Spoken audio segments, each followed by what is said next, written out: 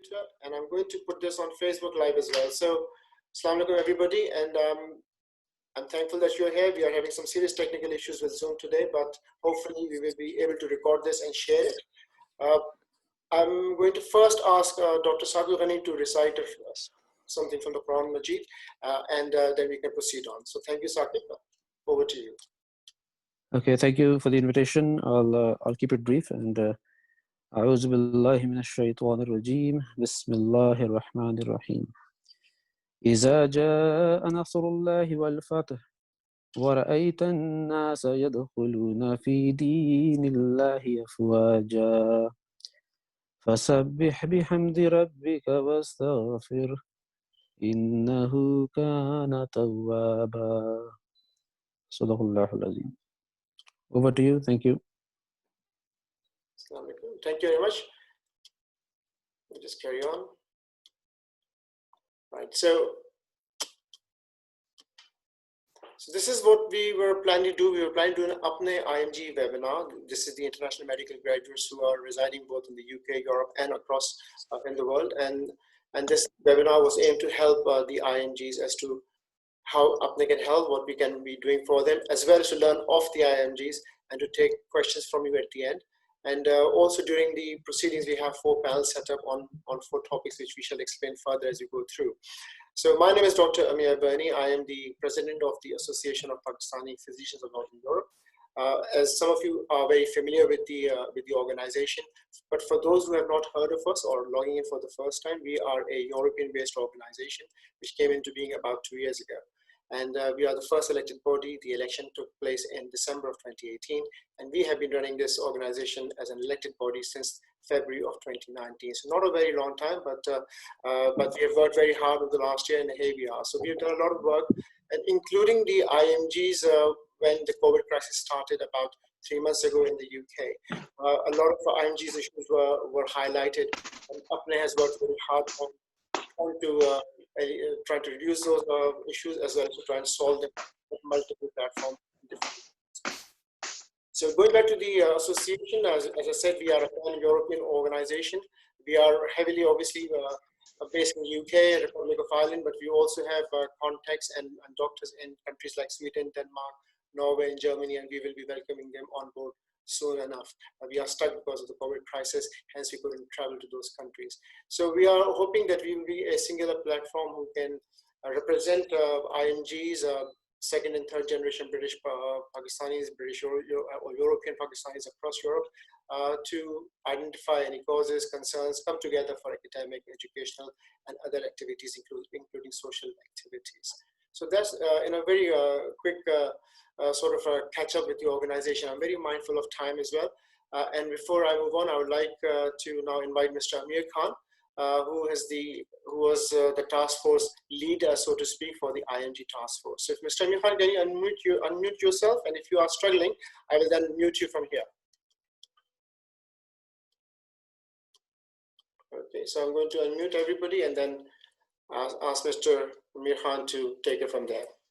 Okay, thank you very much. Thanks, Ahmed. Can I just request all those who haven't muted their microphones, please mute them, because there's an echo on the line as well.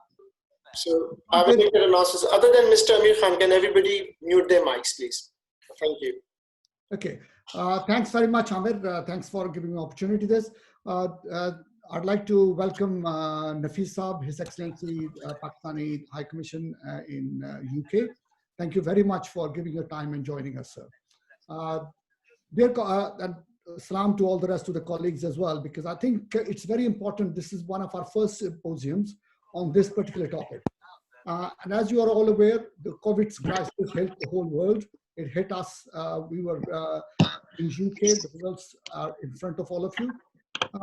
At that time, we realized that there are lots of our international medical graduates who have been stuck in UK, who have got nowhere to go and they can't travel back, and they've got difficulties here. We were approached by quite a few IMGs as well at that stage. So on the request of Mr. Amir Berni, President of Apne, we decided to form a task force. And the purpose of this task force was to collect the data, of all the IMGs, understand what issues they've got, and then develop an action plan and try to help and resolve their problems. Because that was one of the main purpose why APNE was formed in the first place. What I'd like to do is first introduce all the members of the task force who were supported by the rest of the APNE community as overall as well. So it was Mr. Amir Barni. He was, as a president, he was a member of the task force. Ajaz Abbasi, who is a trustee. Yes, yes. Then Hassan Javed, Iram Said. Can you hear me? Yes, and Naseem Baraj. These are the three executive members who were the members of the task force, and Shabi, who although joined as APNE member, but he's also a president of Dogane.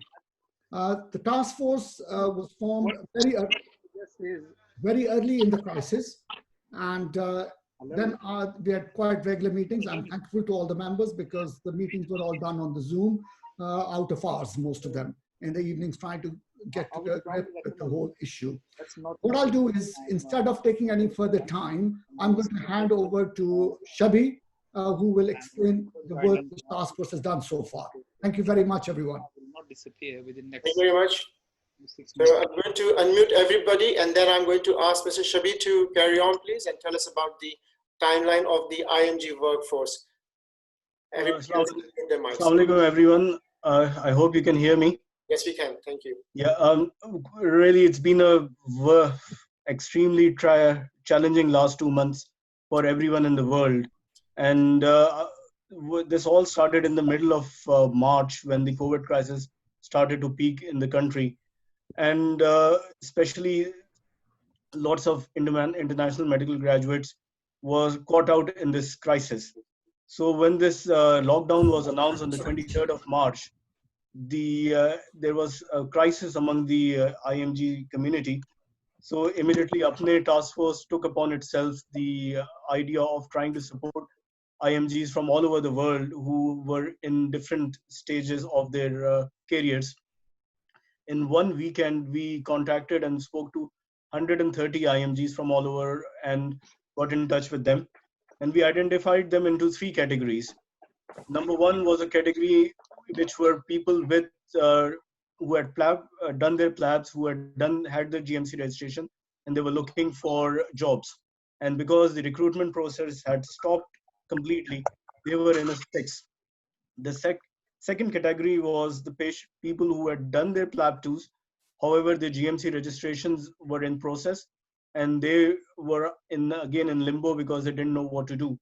And the third category was the people who were in UK trying to do their PLAB2 examinations, but the examinations were all cancelled.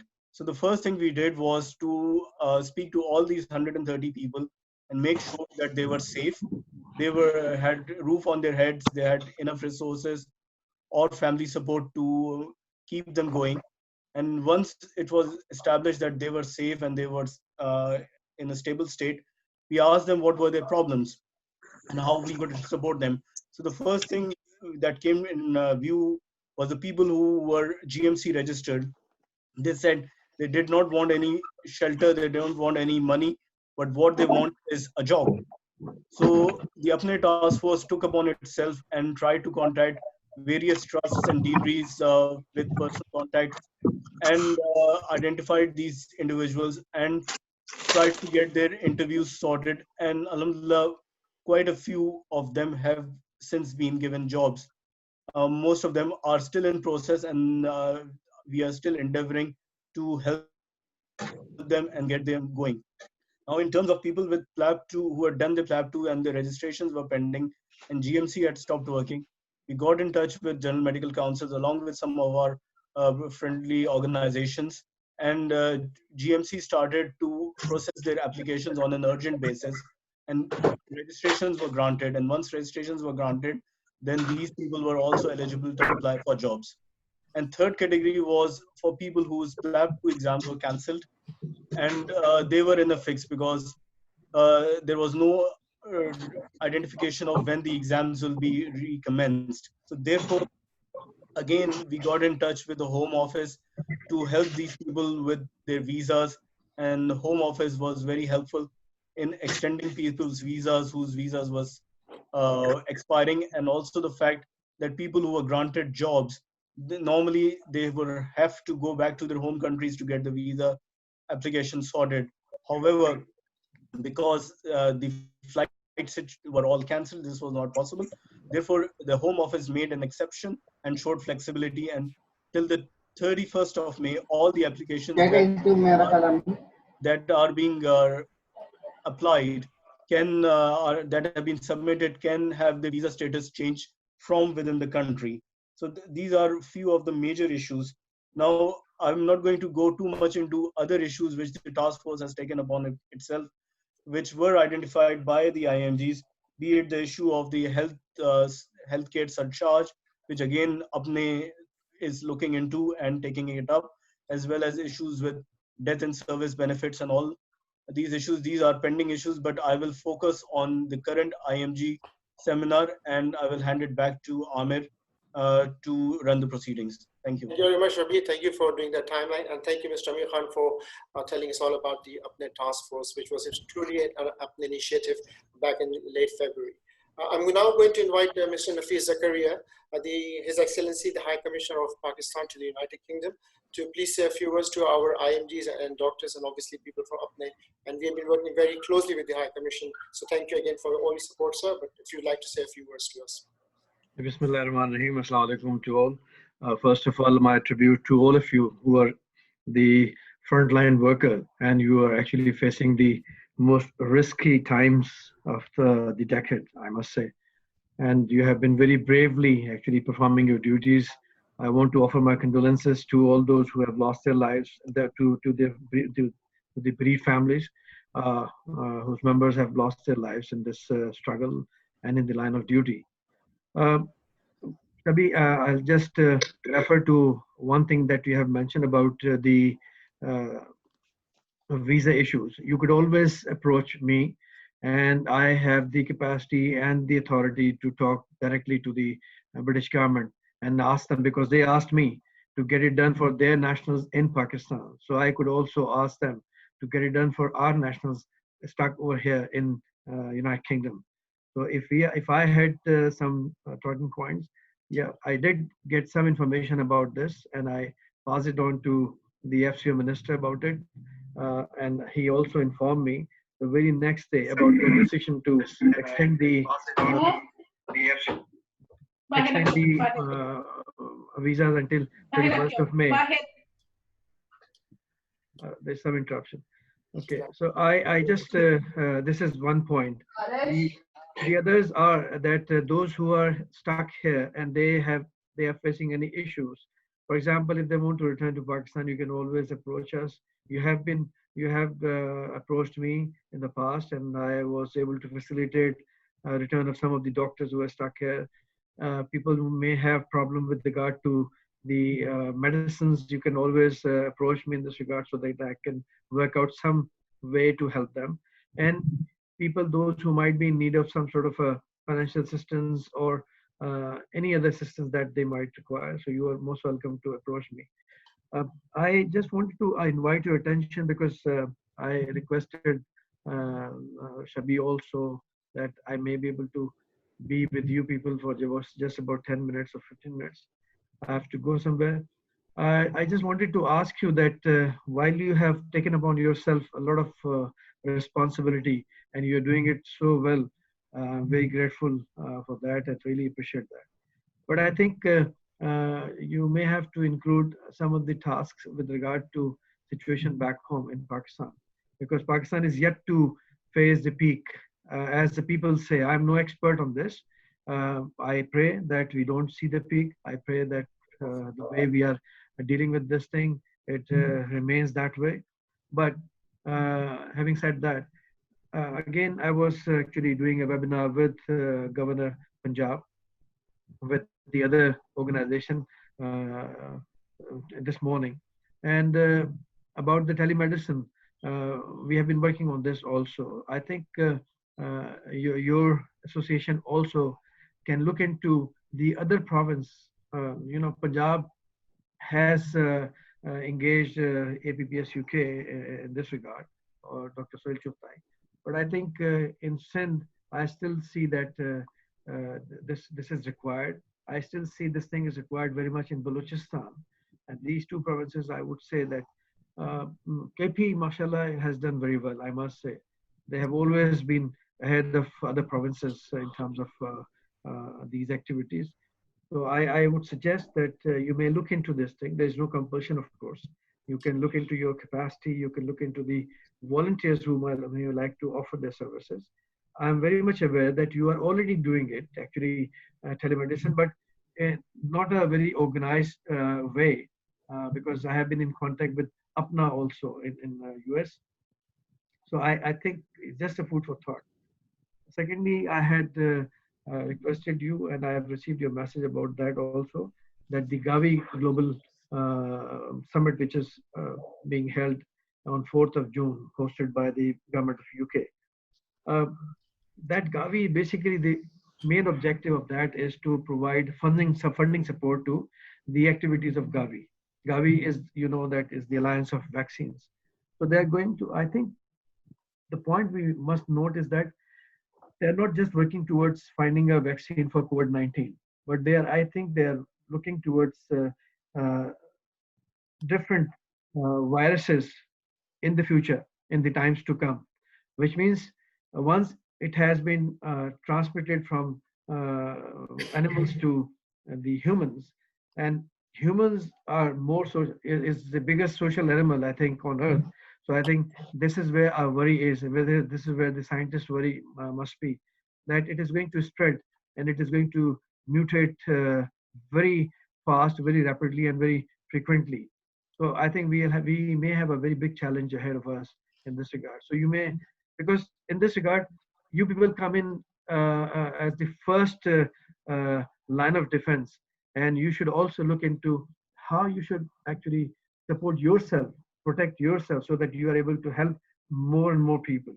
And in this regard, you have to think innovatively as to how you can safeguard yourself, and yet you are able to actually provide assistance to those who are in need of your assistance. So this is a few words I wanted to say. Sorry, I took a lot of time of yours. We are doing well. So the meeting also started at 4:30. So thank you again, Mr. Nafis Agresa, for joining us. We always appreciate your input, your advice, and your guidance. And going forward, we must show you as an organization that we will be working very closely with the government of Pakistan. So the meeting also started. And switch off mute their mics, please. Joining us. We are already in touch with Yaran Watan as a signatory and advisory capacity. They plan to do a telemedicine project. 2 or 3 technology companies have approached us to work with WhatsApp chatbots and telemedicine in the future. So I take your point about other provinces getting their attention, due attention, and we will definitely work on it. So thank you, sir, again for joining us on a rather short notice, but I really appreciate your help and support and guidance as always. Please stay with us. We will start the IMG proceedings soon, but if you wish to leave, as you said earlier, you're committed elsewhere, please do. So I'll thank you in advance for when you leave us. Thank you very much. So can everybody see me on the screen? I'm now going to go to panel questions or discussions, and I will run them for about 15 minutes each. So for each panel, give them 15 minutes. And then we will try and capture any remaining comments or questions at the end of it. We are here till 6 o'clock, so that gives us about an hour and a half for discussion. I'm hoping that we will capture a lot of useful questions, comments, and hopefully our panels will be able to respond to some of the questions. For those whose questions may not be responded to, apologies in advance, but please send them to us by email or chat box. I will collect them and we will come back to you with those answers. So without any further ado, I'm going to do first things first. I'm learning technology as we go through. So I'm going to unmute everybody, and then I'm going to request these 4 panelists to unmute themselves after I have muted everybody once again. So this is Ms. Sadat Jafarboy, Mr. Amir Khan, Mr. Adil Khan, and Tuba Harun. So you are all panel number 1, and this is the GMC PMDC panel questions, so all questions which are in relation to GMC or PMDC. So I'm going to unmute everybody. Other than these 4, can everybody else please mute themselves? So Ms. Sadaf Jafarboy, can you hear me? Yes, I can. Thank you. And Mr. Amir Khan. Yes, thank you. Thanks very much. Thank you. Mr. Adil Khan. Yes, thank you very much. Loud and clear. And Dr. Tuba Haroon. Yes, yes. Thank you. So I will be asking the questions. We have about 6 questions for this particular panel, and in no particular order, there are some names designated to each particular question. But I can then ask the panel if they want to add anything more to it. So we are about 4:36 here, so giving you about 15 minutes to hopefully capture all of these questions. Yeah. So the first question to the panel is, how do we explain the gaps in our CVs for GMC registration? And I will request Dr. Adil Khan to respond to that question, please. So, Bismillah ar-Rahman ar-Rahim, thank you very much for giving me the opportunity to present my views.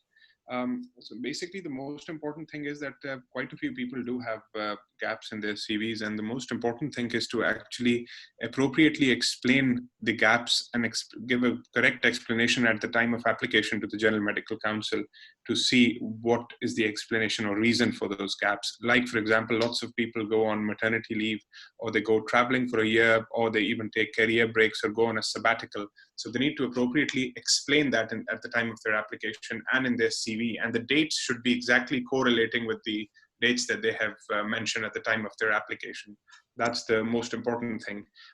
What I've seen is a lot of people dig themselves in in problems when the dates mismatch, or when there is some sort of a disparity between their CV and the timeline and the dates that they would actually provide. Those that are mentioned on their CV at the same time what is in the application. What I've seen is a lot of people dig themselves in problems when the dates mismatch. Yeah, carry on. So I think there's some technical issue with the audio.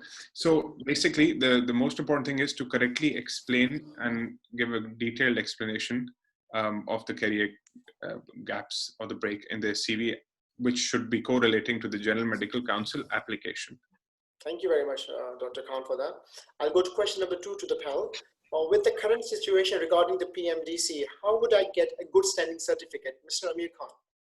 Right. Yeah, I think that's very important. Just quickly adding something just to Adil's, what he described quite nicely. Important thing is to all my colleagues, just be open and honest. Whatever you write, make sure it is what you can back up. And as long as you can do that, there won't be any problem. Okay.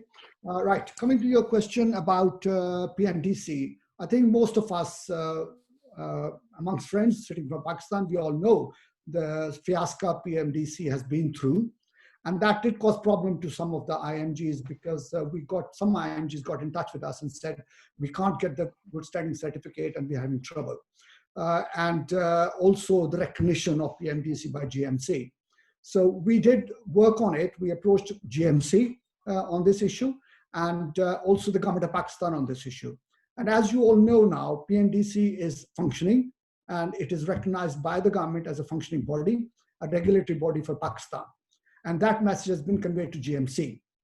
When we approached the GMC, we got a very clear, they were very understanding actually. And they said that each applicant will be considered on their own merits. So they do not need to worry about it, because they are aware of all this issue, and they will entertain applications without it, and they will confirm it. The government of Pakistan has also confirmed to the GMC now that it is an official body. So that issue is at present resolved. My request would be, if anyone gets into trouble or having difficulty with that, please contact us and we'll help you to resolve that. Thank you so much, sir. So just to let the audience know that what we have done, we have taken all the questions which were emailed to us, to Hassan Javed Saab, one of our executive members. I put them together, and then we've taken similar questions and put them into one big question. So that's how we are working with the panel. So I'm going to go to question number 3. And question number 3 is for Ms. Sadaf Jafarboy. And the question is, do I need references for my previous job, and when should I get them?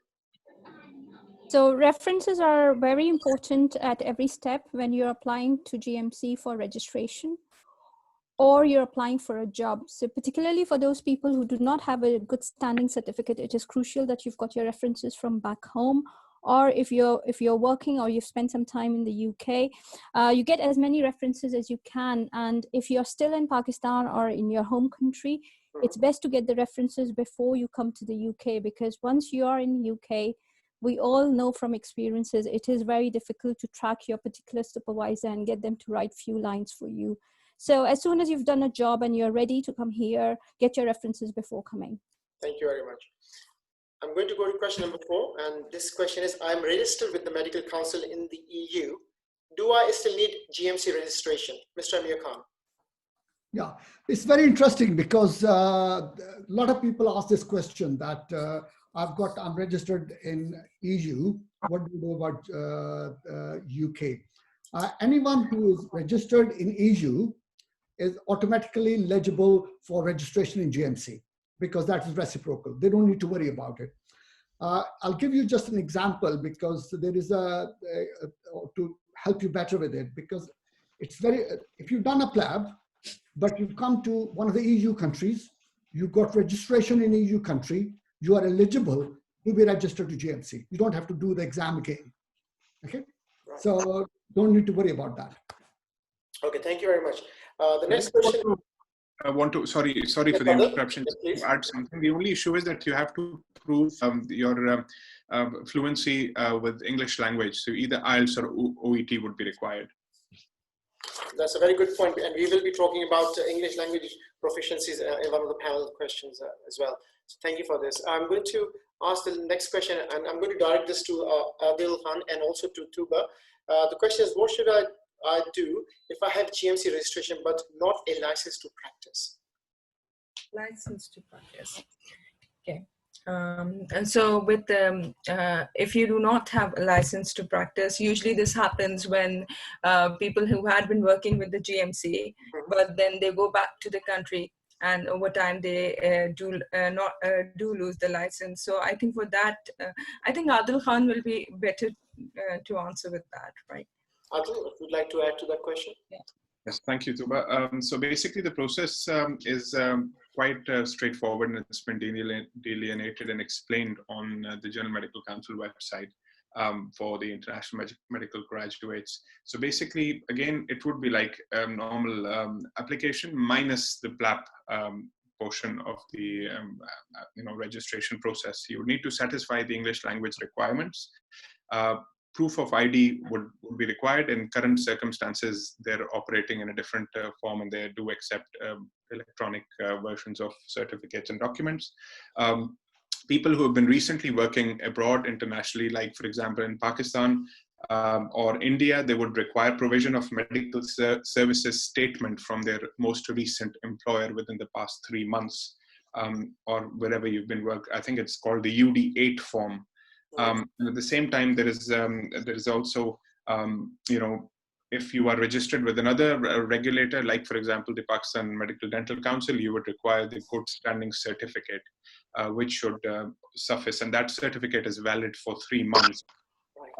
In addition to that, you would also need to pay the appropriate fees. And then once all these things are ready, you would then put in an application, and then the review officer will have a look and then get back to you if anything further is required. Obviously, it varies on a case-to-case basis, and everybody's circumstances are different, so they will get back. But most of the time, if everything is there, it should be quite smooth and straightforward. Thank you very much. I think that's extremely important information by the both of you. Last question for this panel is, I am registered with the GMC, but have not had my revalidation. What should I do? Ms. Sadr Jafarboy. So revalidation is not the same as license to practice. One has to get the revalidation done every 5 years. But for you to be able to revalidate, you have to have your annual appraisals, and having had 5 years of appraisal, then you're qualified to have a revalidation.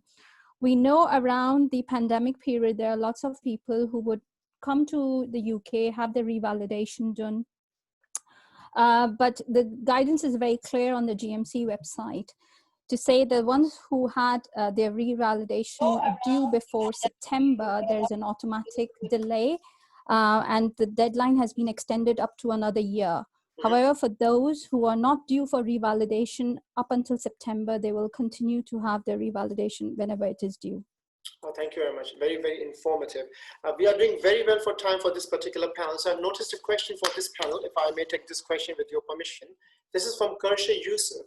And the question is, if I'm in the UK and I have a job offer, but do not have a TB certificate, what can I do? I have police certificate. Sorry, just for a second, which certificate? You're talking about TB certificate? TB, tuberculosis. I think TB. Tuberculosis. I think they can have it tested locally here. Okay, and yes, Abdul? So it will be going through the occupational health department of the respective employer. So they can organize that. That should be the first point of contact. If they would be able to sort it, well and good. If not, then it can be done through, as Amir Khan Saab said, that it could be done through various other sort of the infrastructure, NHS infrastructure that's available. Yeah. Amir, before you go away from our panel, can I just mention something? Because there has been a question about MTI. So our plan is that we are not going to discuss very much about MTI today. We are going to do a completely separate symposium on this one. Because their requirements for GMC and others are very different than the rest we are talking about today. Thank you very much. I hope that answers your question, Kershay. We will be talking, and we will be coming back to other questions as well as they come up. So we've done very well for this particular panel. We are well ahead in time. So I hope that the rest of the panel questions and panelists will also stick to time. So I'm going to move to panel 2. And in this panel, I have Dr. Ayaz Abbasi, Dr. Afzal Sawal, and Dr. Mohsin Siddiqui. So I'm going to unmute everybody. That's the way I found out how to do it best. And then other than these three gentlemen, can everybody mute themselves? So Dr. Ayaz Abbasi, Afzal Sawal, and Mohsin Siddiqui, stay on the line. Everybody else, please mute yourself. Hi, can you hear me? Yes, I can hear you, Mohsin Siddiqui Saab. Thank you. Afzal Saab, can you hear you? Mr. Sawal Saab? Can you hear me? Yeah, and Dr. Abbasi, please.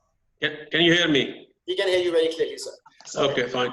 Thank you very much for your time. I'm going to ask you the questions. Question number 1.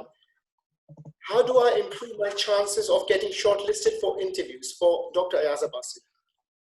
Okay, it is important that once you get the advertisement, you see the person specification and apply yourself, and especially build your CV and a personal statement on that line. So when you go into the advertisement, it is always, there are essential criteria and there are desirable criteria. So one of the things from my point of view is important that all the people who are applying should know that basically they are got the graduation, which is MBBS. They have got a GMC registration. They have got the IELTS, and it's important that basically you read the person specification and meet those sort of essential criteria. Now, I can give you an example for a job that we advertised a few weeks back. There were 2 jobs and we had 100 applicants. So you cannot just read every sort of application to shortlist. So what we do is that we ask our HR admin or our own secretaries to go through these applications and pick up all those applications who meet the essential criteria. And once that is met, maybe we shortlist around in that one 50 odd applicants. And from there, then we go through the desirable criteria. And that's what I wanted all of you to know, that how to make your CV or application attractive. It's everyone who applies has got MBBS, GMC registration, FLAB, IELTS, and everything is there, But what we are looking for is that, the person stands out. If you've done an audit, explain the audit in your CV or in your application. What have you done? What have you learned? And what were the findings? What brought the change in your own department or hospital as a result of that audit? If you have got some research, absolutely mention that one. Apart from that, we are also looking for people who have got some leadership qualities. If you have been a class rep or maybe a union sort of a general secretary, president, mention that one. Also, we are looking forward to the people who enjoy the life, who have got some extracurricular activities. That's important as well. So mention about your hobbies and what you do in your leisure time, that all makes your application and more sort of attractive. Then other thing from my point of view, apart from English, if you know Punjabi, Urdu, Farsi, mention that one, because there will be a lot of people coming from these countries to the NHS, and you will be the appropriate person to deal with that one. So to make your application successful, read the advertisement in detail, go through the essential criteria, then go to the desirable criteria. I will also say that please, especially if you have done a communication course, that will make you more sort of employable. If you have got a basic life support, that is another thing which makes you more desirable to work in UK. And if you have got advanced life support, that will be icing on the cake. Thank you, sir. Thank you so much. I think this is extremely useful information coming from you. I will go to question number 2. This is, how do I perform better at interviews? I'm going to ask Dr. Afzal Sawal to begin, and then Moses Siddiqui Sahab to also add to it. So Afzal Sawal first. Okay, thank you very much. I think this is the last hurdle before you're going to get a job, and the interview is the most important aspect in the whole process. Before in the interview, you need to perform your best. You need to show your shine, and you need to show yourself that you are the person for this job, not the ABC who's waiting outside. So, I mean, it's very difficult. I mean, it's you need to prepare it for for the interview, and interviews are different for different subspecialties. I must say, I can give you a little bit of broad aspect of the interview. Because I used to be on the panel, I'm still in the panel, and I sit on the both sides, so I have got a bit of experience with this thing. The most important thing is have a good rest before doing the interview, come on time, well dressed, don't come in a jean and jog. I mean, you know, you need to present yourself in a better way, and don't look very tired, don't look very exhausted. I mean, be fresh, smiling. So that's so important. That shows you that you are the energetic guy that they will going to pick it on. Now, the most important thing is listen to the question very carefully. This is the key important thing. Listen to the question carefully, and then your answer should be very clear and very confident. So these are the 3 things are so generally so important. Okay, the questions are that we don't like you giving the statements. I'm a good leader. I've got good communication. I'm a team player. Put the thing in perspective. If you're a good team player, then say, well, I'm a good team player, but this is the situation where I have shown myself to working in a good team. So give the examples. Oh, I'm a good communicator, but this is the situation I faced in my life, and I communicate so well, and sort of the problems.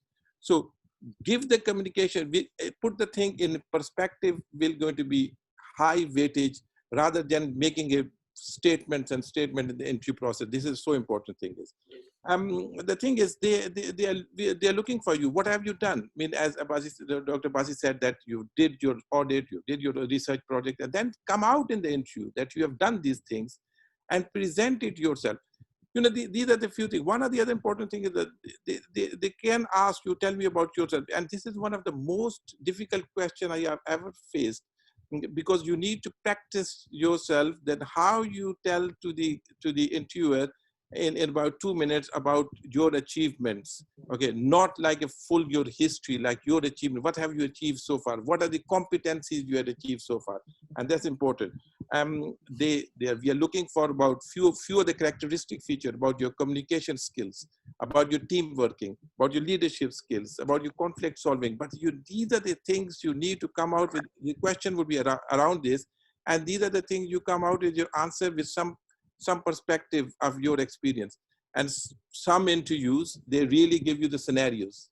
And in those scenarios, the scenarios are around team working, around communication. You need to, they think that they will going to see how you behave in those scenarios. Are you making a statement, or you're really a team worker? So these are the things you need to be very careful in the interview process.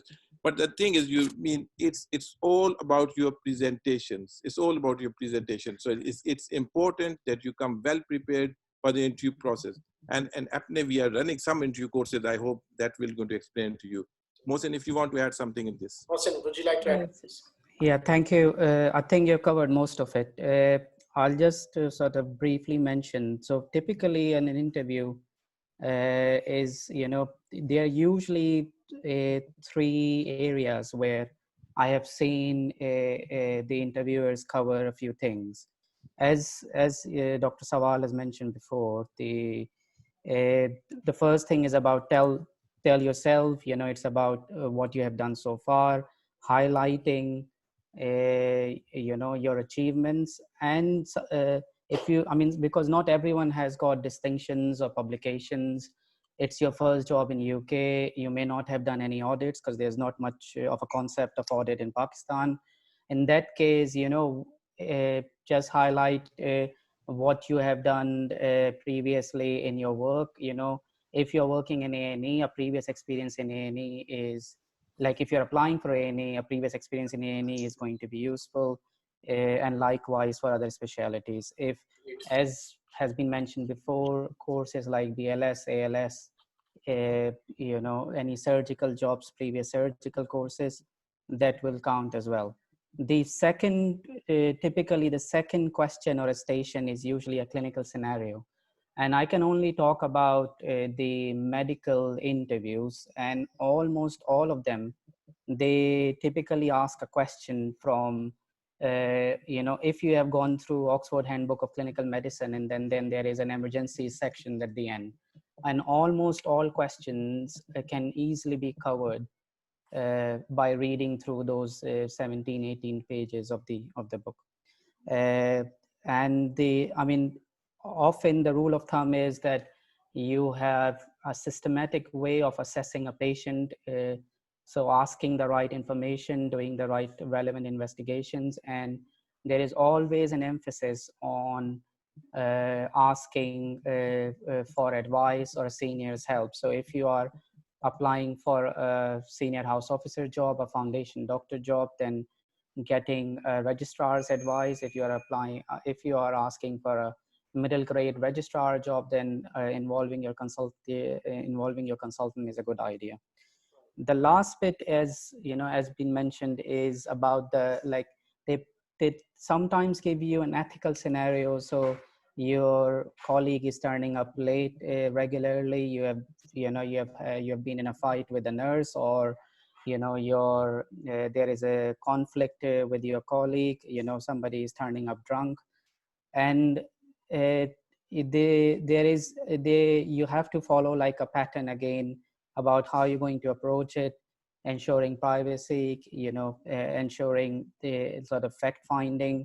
And previously, it's been a while that I appeared in an interview, but I found a book from ISC Medical, which is available on Amazon. I think there are some PDF versions on Google as well, where these scenarios are there, and then they give you a good idea and prepare you well. One of my colleague registrars has recently become a consultant, and he found that book quite useful for his consultant interview. Thank you, Mohsen. Well, I think the interview is, I think we can talk on forever about the interview process.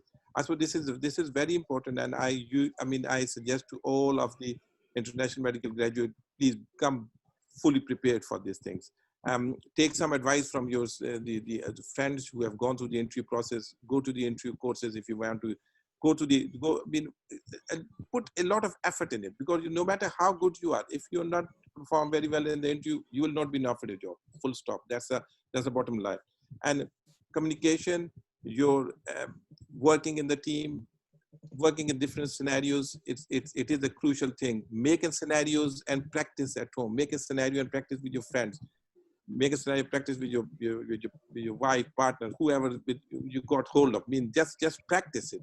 Or sit in front of the mirror and just talk, because this is the most important thing. This is the most important, because the people who come from Pakistan, India, or anybody, the whole thing is you're reluctant to give the information. Yeah, this. That's the whole thing. Your body language. Improve your body language. How to improve your body language in these different multi scenarios, multi-center scenarios. So come fully prepared. This is the thing, you need to sell yourself. This is the point. This is the point. You have to be very sharp and quick. Thank you. Absolutely. Thank you again. I'm just being mindful of time. We have 3 more questions for this panel, but about 5-6 minutes left. So I'll go to question number 3, which is what to expect when starting our first job in the UK.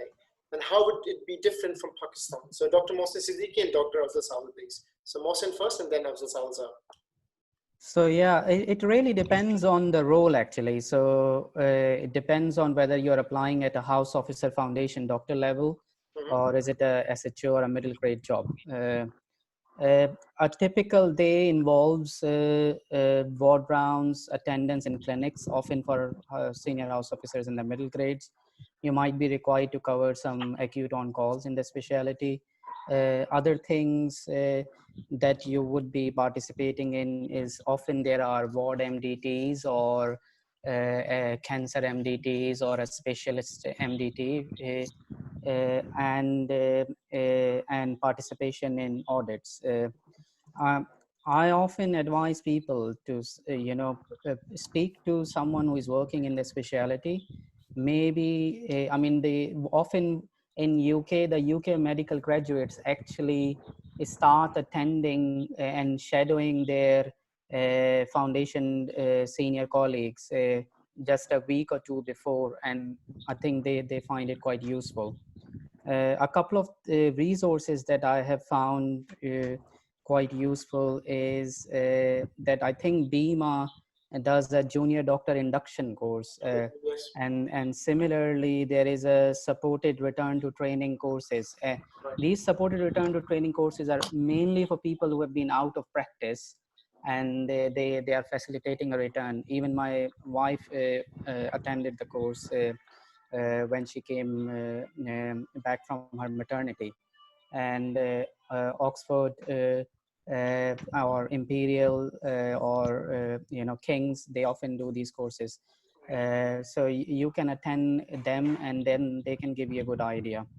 A couple of other things I would like to mention is I used to carry, because I've done mainly medical jobs, and I used to carry an Oxford handbook with me all the time. And I mean, we have gone through it as a resource for our PLAB reading, and I think it does prove to be quite useful even in the day-to-day practice. And the last bit I wanted to mention is about e-portfolio. So NHS has a e-portfolio which you are, it would be great that you maintain it even if you are on a non-training job, because that is well recognized by recruiters, and it gives you a much higher chance of getting into a training job later on. Okay. Sounds would you like to add to it? Thank you, Mohsin. I think Mohsin has done the broad thing. I think I want to just touch a few more things from here. I think when the person comes to do the first job in England, it's a bit of a culture shock, and that the person has to go through this process. Now, the many resources which Mohsin mentioned are available, and your friends who is already in the job may be very helpful. Few things I want to tell you. Good communication. Again, I stress again and again on communication on the first job. You're very good. These doctors are very good in taking history and the doing medical bits. But the thing that is getting the information from the patient, how effectively you communicate to the senior doctor. That's the thing is you need to work on this area. Okay. The other thing is ethical issue like consent. Taking permission from before going to the patient. Take the permission. Whatever you want to do with them. You want to take the blood. You want to take the history. Take the permission from them. And also, you need to be aware of the social dynamic of the patient. Where the patient will go from the hospital. Is going to go to the home, going to go to care home, about the setting up, how you link with the general practice. So these are the things you need to also know, when you're doing the first job. And one most important thing is respect to the other staff, especially the nursing staff. Okay, you've been very, very respectful to the nursing staff. We come from the different culture, different background, where the nursing have got a different way of doing this thing. Here, the nurses are in par with you. They're they were very effective part of the team. You need to listen to them, okay, and make a good relationship with them, so that you can your working environment would be not very hostile. So respect to all team members. Respect to all team members is the crucial, and that's how you're going to work together and gel with the local team over here. Absolutely. Thank you so much. I'll move on to question number 4. This is for Dr. Ayaz Abbasi, sir. And the question is, my first post is a trust grade post. How do I complete my foundation competencies? Okay, thank you. I will just request moderator that keep time in picture, you know, and every question is important, and we have got limited time. And one of the things which we need to give advice to our junior is that timekeeping is very, very important for everything, you know. So you have to be timekeeping. It's a very important thing, you know, because the foundation trainees and competencies are for the people at local level, you know, in UK who graduate from here or from the European Union, they come and they get this foundation training. People coming from Pakistan and subcontinent, unfortunately, it's next to impossible to go into the foundation program because that's a national program and that's for the first preferences for their own local graduates. But having said that, I have been working almost now 32 years as a doctor, and out of those 20 years as a consultant. And in my last 8 years as a medical manager in my own trust, I've seen around 42 people coming from Pakistan and India. And all of them, they were graduates from the subcontinent. They came here after finishing their house job. And within a period of 3 months to a year, all of them, they had their signed off foundation competencies, you know. Some people, when they are so brilliant that within 3 months you can see that where they are at the level of foundation, and you ask them, because there is a form, you know, and you have to just fill that form and sign by the consultant that they are at the level of the foundation trainees in UK. There is no luck in that one, and I think it's all hard work, and you have to convince the consultants that basically you are trained at that level that you can compete with the local foundation trainees. Once that form is signed off, which usually takes about 3 months to a year, then you can apply for the national post. National posts are like either it's ACCS or it's core training, which is both for surgical and medical. And then there are specialty training for the run-through training, which is ST1 level. So from there you can go till ST7, ST8, and then become a consultant. The only thing I want to say here, that my personal experience, I came in 2002 in this country. It's almost 18 years I've been working here. I've not seen a single person coming in this country and not getting into what he wants to do. This is not the sort of a country in which you do the job, who you are, who you know, what safarish you have got and all that. It's all about you. If you work hard, you will get at the end that wherever you want to go. Obviously, there are specialties like I'm an A&E consultant and a divisional medical director. I can only tell you that A&E, there are a lot of vacancies, gaps. So if you make a choice of becoming an A&E consultant or A&E specialist, it's easy to get into the ladder and finish your training. Similarly, acute medicine is another specialty where there are a lot of gaps. Care of the elderly, we know that there are many gaps. So these are the specialties where you can get the numbered post, training post easily. But having said that, one thing I always say, that if you have got your self-belief and you think that there is no word like impossible in your dictionary, and you change the word impossible into I am possible, you can get into plastic, you can get cardiothoracic, you can get whatever you want. The only thing, and I will say that, work hard, and in the dictionary, luck comes last, and your hard work comes first, you know. And the famous quote by the golfer is, the harder I work, the luckier I get. So work hard, you will get to the point. Everyone who comes here gets the training post if they work hard. Excellent. Very well said, Dr. Abbasi. Actually, you've sort of answered the next question, which was about in which specialties do I stand a better chance for getting a CT or ST training post, or are some specialties more difficult than the other? So if you want to finish off by replying. Yeah, I mean, I think you're right that I've given that answer, but having said that, there are some specialties like plastics and orthopedics, which are difficult because they're bottleneck.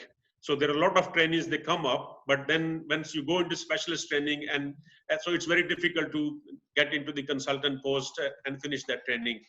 But again, if you are one of those persons that wants to go and say that, well, I was born to become an orthopedic consultant, you make sure that you make it possible. And as I said, you can compete, you have to compete with the local people, and Okay. you need to be better than that to become the consultants in that specialty. But I will not say that any specialty is barred from the IM international medical graduates. The only thing is that you need to make sure that you fill that all your CVs are gaps, and work hard towards the end result, which is getting a specialty training course. And you can get it. I tell you, all of us are sitting here in this panel. Amir is there, myself, Afzal Sawar, Mohsen is in, I know that is in UAE. All of us have gone through that one, but we have achieved only thing is that hard work and concentrating on how we are going to get as a consultant in our specialty, and you will be able to get there. Yeah, Anyone who has not done it yet.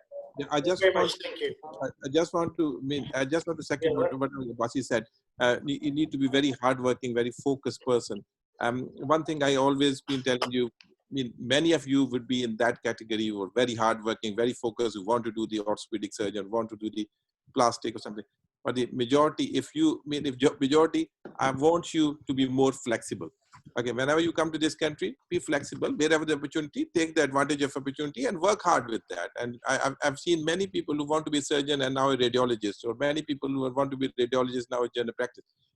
Wherever the opportunities come, to it. But there's no, I quite agree. If you were very focused and you want to do one certain branch of the thing, then be focused and get ready to have hard work. Go for it. Thank you, Dr. Basi. Thank you, Dr. Sawal, and thank you, Dr. Siddiqui. I will move on rapidly to panel 3. We are slightly behind, about 4 minutes behind our time schedule, but hopefully we will catch up.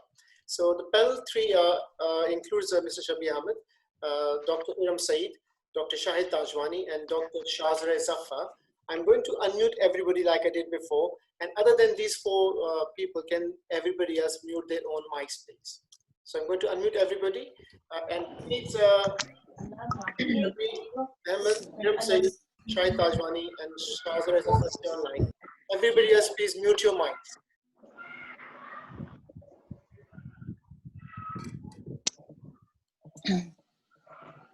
Thank you. Iram, can you hear me? Okay, Dr. Shabih, can you hear me, sir? Yes, I can hear. Yes, okay. Dr. Shazare Zafar, can you hear me? Yes, I can hear you. May I request everybody else to please mute their mics? It's easier if you do it yourself, because then we will not have that technical difficulty which we had earlier. Thank you very much for cooperating. So I will go to this panel question. Hello. One. Yes, please mute your mic, please. Thank you very much. If Somali Medical Association can mute their mic, please. Thank you.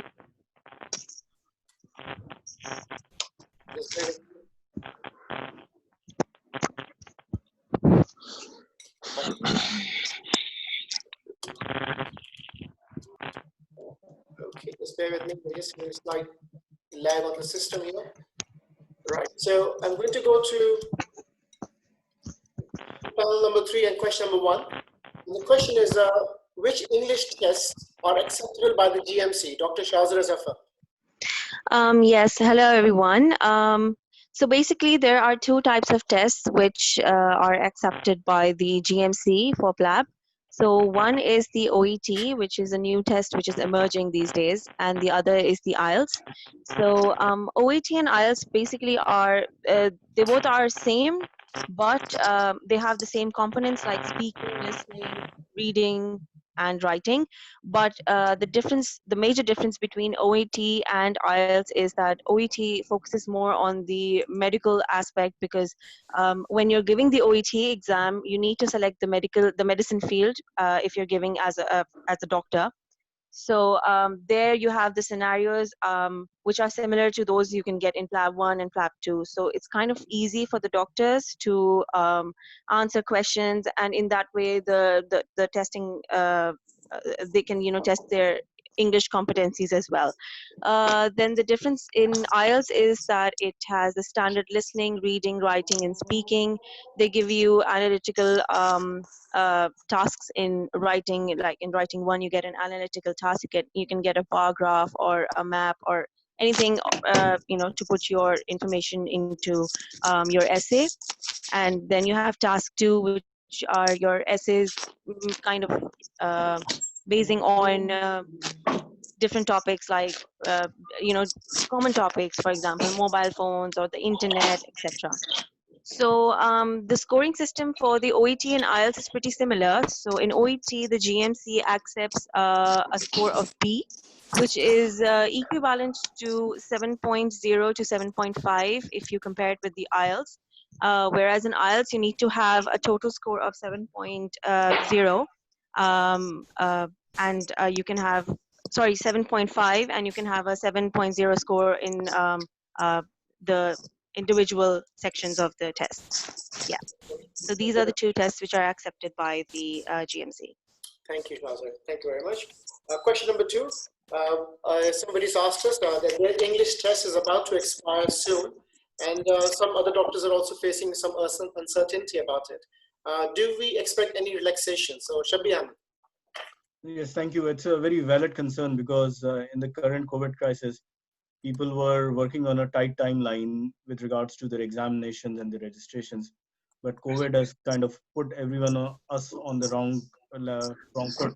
We have taken this up with GMC, and since GMC is quite understandable in different logistical matters, at the moment we are quite hopeful that flexibility and relaxation Going to will be, Lewisham Station. some flexibility and relaxation will be given on IELTS and OET validity. So please stay tuned, and hopefully we should have some good news for you. At the moment, I can't give you any absolute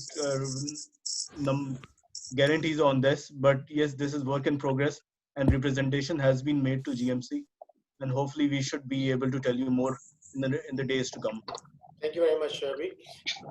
Question number 3. Currently, are there any alternative English tests internationally? My question goes to Dr. Shahid Tajwani.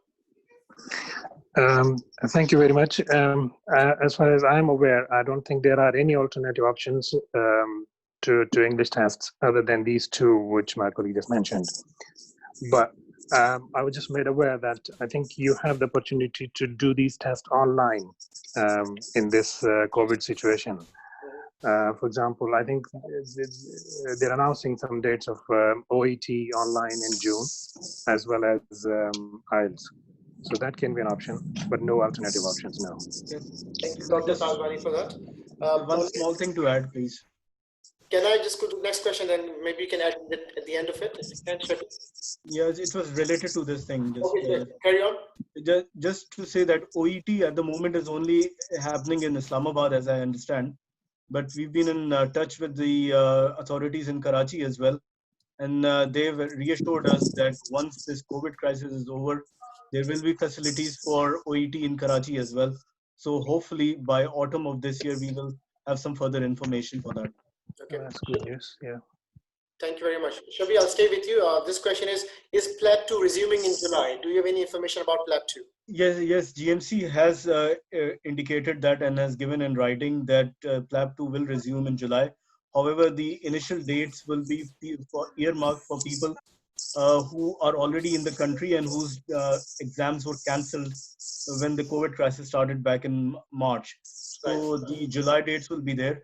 If anyone is in UK whose PLAB were cancelled and they want to take up this opportunity, please get in touch with us, because Apne has got some years and some understanding with the General Medical Council, and we can flag up those particular candidates to get them the preferential dates for July.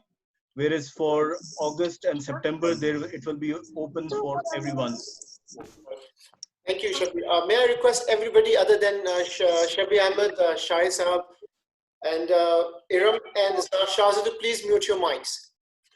The system is quite slow at our end. If you can mute your mics, thank you very much. Next question is towards Mr. Shahid Tajwani. Are we expecting any changes in the pattern of the exams? No, as much as I know, the exam, obviously, PLAB 2 is going to resume from July, as Shabbi said. But in terms of the pattern of the exam, I don't think there is any changes expected, no. Thank you very much. So my next question will be to Shazia Zafar. What are the expectations for PLAB 1? Okay, so basically PLAB 1 is a pretty easy exam. I know a lot of IMGs who are, thinking of taking the PLAB 1 exam might have an idea as if it's a rocket science. But PLAB 1 is basically our medical subjects, essentially our fourth year and final year subjects, which include surgery, gynae ops, medicine, psychiatry, and all those clinical subjects that we go through. So these are the subjects that are expected from us in the PLAB 1 exam. And we need to have a basic and a general overview of all of these, and not any details, because after all, we're going to start work as junior doctors. So going through subjects from our medical studies is one thing. Another thing I would like to mention is that a lot of study materials are being rotating on different PLAB groups. I would like to name, for example, 1700 by Dr. Khalid and PLAB Doable. So I would really suggest that you should go through these study materials. PLABable, to be specific, it's really important to go through this. It has all the explanations, and it really helps to have a better understanding of the whole testing system. Apart from that, a lot of pages have their own mocks and sample mocks, so it's kind of it can be easy if we prepare these mocks for the exams, because I have noticed that a lot of questions are being repeated in the exams from the mocks as well. Yeah, thank you. Thank you very much. Iram Said, can you hear me? May I just see if you can hear us and can talk back to us? Iram Said. You're struggling with Iram Said's mic. Okay, I'll go to the next question, which is for Dr. Shabih Ahmed. Would there be a quarantine for those who are coming to give the exams now in the future? Do we have any information on it? Well, at the moment, as the UK government rules are, for anyone who is coming to the country and landing, they will have to quarantine for 14 days. Now, it's not very clear whether they will be quarantined at home or whether in a government-provided facility. However, people who are already in the United Kingdom, and especially for PLAB 2 candidates who will be already there, who in July, for their exams in July, whose exams are cancelled, they will not have to undergo any quarantine. Having said that, there are 3 stages of rehabilitation that the government has announced. So if we go into stage 3 by July, and all being well, there is no second peak or recurrence of the disease, then hopefully these quarantine rules might also be relaxed a bit, but it's a bit premature to comment on that. Okay, thank you very much.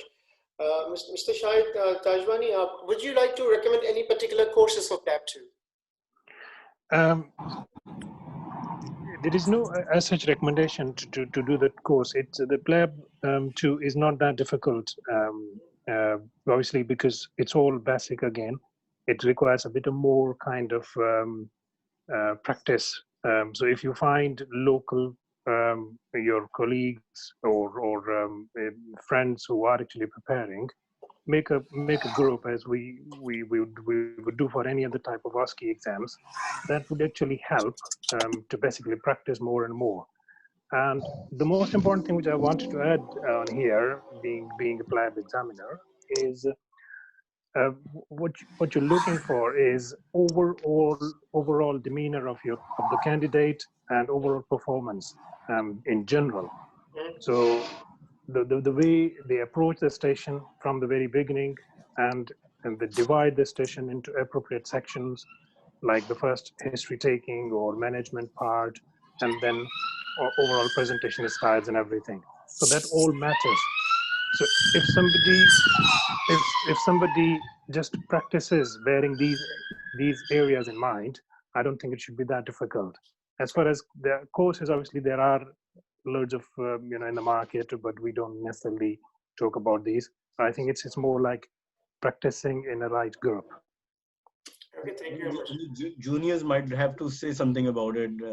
They are more currently aware of these things better than us. Yeah, in the comment section, I will request Shahzad Zafar to give us some tips and tricks around the PLAB exam. So Shazia, I'll come back to you on that question in the comment section at the end of the panel discussion. We have struggled to get in touch with Dr. Iram Said. Somehow we could not get her microphone to be working from their end. But that was the last question to this panel. Thank you very much, panel 3. Thank you, Dr. Shahid, Shazia Zafar, Iram, and Shafi. I will move on to panel number 4. And as before, I will request I will be unmuting everybody. And then I will request the following 4 people to stay online: Hassan Javed, Naseem Waraj, Dr. Sohaib, and Dr. Irtiza. Can everybody else please mute their phones or the devices other than Dr. Hassan Javed, Naseem Waraj, Sohaib, and Irtiza?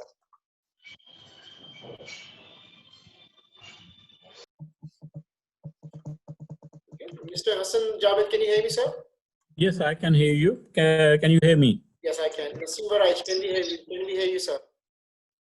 Naseem Waraj. Yeah, I can hear you. Thank you. And Dr. Sohaib? Yeah, I can. Thank you. And Dr. Irtiza? Yes, I can hear you. Thank you. All right. So we come to the last panel discussion. As I said, we are just about 5 minutes over time, but we will be able to catch up, inshallah. So this is about visas and immigration. And the first question is the visa process to come to the UK, specifically, what type of visa we might need to apply for? This goes to Dr. Irtiza. Well, for taking the PLAB 2 exam, obviously we need to come to the UK because the exam is only being taken in the UK, especially these days in the Manchester. So for that, we have to get the visitor's visa, especially in the category where we can, while we are applying for the visa, there's an option where we can select business visa, academic visits, and something like that. So when we click that, then we have an option of selecting the PLAB visa category. So that's the kind of visa that we would require to come and take the exam. Thank you very much. Question number 2. Is it easy to get a job in psychiatry after registration, IMC registration? Dr. Hassan Javed. Right. I mean, there was a question earlier whether there are some specialties where there is less competition than others. Psychiatry has historically been one of those specialties which have not been as competitive as some of the other specialties. But having said that, there is this pattern usually changes, because I can remember one period of several years where psychiatry had become most competitive specialty.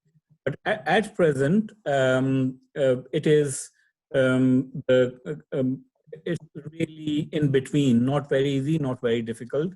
We have been able to fill all our training vacancies for the last couple of years, and there haven't been any unfilled vacancies. But certainly, if you want to do psychiatry, it will be good before that you could gain some experience in psychiatry in your home country. That will be an advantage. And when you come to UK, if you're able to do a clinical attachment just to familiarize yourself with, because practice of psychiatry will be very different in UK as compared to your home country, whether Pakistan, India, or any other countries. So that's what I would recommend, that to start with, gain some experience in your own country, to at least have a good theoretical knowledge about the subject. But in terms of practice will differ from your country as compared to UK. So it will be a good idea to have a clinical attachment for a few weeks before you actually start applying for positions. Thank you, sir. Question number 3. How should an IMG plan and when to enter GP training if they are aiming for ILR? Naseem Waraj. So I will just give a brief of whole of it, and I think the best person to respond for GP is Sohaib. I'll pass it on to him afterwards, because he just secured his GP job recently after doing clinical jobs here. So it's all said previously here. It's not difficult to enter in any program you want to enter. It's all required if you've done the required training and required papers. I take interviews for CT jobs and ST jobs for general surgery, being a consultant surgeon. And all I can tell you is we don't look at all those things. As long as you have all the credentials there and you can prove that these are the, like honestly prove these are the correct credentials, you can secure any job in this country here. Obviously for GP practice, GP option, I would let Suhaib to talk about it a bit and then I'll take afterwards. Yes, Sir, Suhaib. would you like to come in? Yeah. So the question is how to plan for ILR if someone is planning for GP. There are 3 different ways. One, you spent 2 years in non-training job before, or 2.5 years specifically, 2.5 years before entering into GP field. So by the end of 2.5 years in GP training, you get a letter from your deanery saying that person is required to complete CCT, and hence you can use that letter to get your ILR. That is one. Second is, if someone is entering into GP training after 1 year of non-training period, then that person would require 1 year job after the completion of GP training. Let's say 1 year non-training, 3 year GP training. In the end, you're still left with 1.5 years. So for that, you have got 2 options: either enter into a middle grade non-training job level, even after doing CCT, become a registrar somewhere and sort your visa issues. If, that is the second route. Third one is non-training job for some time, get your CCT, and there are few surgeries and who are happy for you to give you tier 2 visa. Nowadays, many surgeries are applying for license to sponsor tier 2 for those who are still requiring tier 2 visa for CCT. So one have to plan in advance how to get into these things. Third route, I would not suggest because it's very difficult to get tier 2 visa after completing CCT as a GP consultant. There are few deaneries from Health Education England which give which give tier 2 visa to GP consultants, but they are in remote areas. A person who has been trained in main city would not prefer to go there. So yeah, that is the answer. Extremely informative. Thank you, sir, for that. I'll move on to question 4. Actually, I'll stay with you, sir. The question is towards you. How do you apply for a visa with the visa center closed? So that is the question from one of the doctors earlier. So does that make any? So which visa? So if you come to the UK, I think Hassan Javed would like to come into that. I think it's to do with coming to the UK and not getting visas. I think the question was because people who are stranded here. On the Home Office website, there is a standard message saying that all the visa centers are currently closed. And appointments previously given have been cancelled. But there is a COVID immigration desk at the Home Office, which is still which is operating, and that is taking up cases where people's visas are due to expire or where they need to apply for a switch of category, say for example from visitors visa to category 2. So those doctors who are stranded here and they are in that situation, they need to contact the COVID immigration desk at the Home Office. There is a link. We should be able to, if there is a way to share, we can share those links with the participants of this seminar later on. We can. Yeah. So I can answer that question just briefly. Yeah. For now, Home Office is saying that you can switch from visit or another visa to tier 2 till 31st of May. But when you ask them, do I need all documents like TB certificate, police clearance from my home country? They say yes. If I'm unable to, but at the same time, visa centers are closed. So if you submit application, but you are unable to submit biometrics before 31 May, which is not possible because they will resume all visa centers on 1st of June, not before that. So in a nutshell, it's not possible to switch from within the UK at the moment. Many tier 2 dependents who are starting training in August, they have contacted Home Office, they have contacted this help desk of COVID-19, and they were told same answer. that if you are unable to submit your biometrics before 31st of May, you have to go back to home country to apply. I hope this answers your question. Thank you very much. Naseem Waraj, my question to you from one of the IMGs is, has the COVID-19 crisis made any impact on the time durations for hiring? Interestingly, it hasn't on one hand, but on the other hand, it is. There's an immense demand for the doctors there, and I think Apne has done work on it where we have expedited that procedure where you can apply for it in a special category and you can get your paperwork sorted very quickly. And Hassan Bhai has done a lot of work. I think he can put some light on it. Hassan Bhai, would you like to? Well, basically, Apne's role is to facilitate. We cannot bypass the normal recruitment process.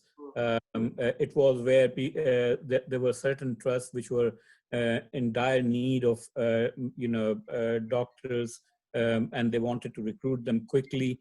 We just circulated a list of IMGs which we collected, and they contacted them independently of us. We had no influence over that process, and they decided the suitability of or otherwise of those candidates. So our role was really facilitating during this crisis. We cannot bypass the normal recruitment processes. This is a responsibility of the individual employers, and they've got certain standards they stick to, and throughout this process they have stuck to those standards. Our role has been facilitating. But it has not delayed the process. And I was told by Suhaib this morning that even the GMC is expediting things very quickly, where they take used to take a few weeks, they are doing it in 48 hours.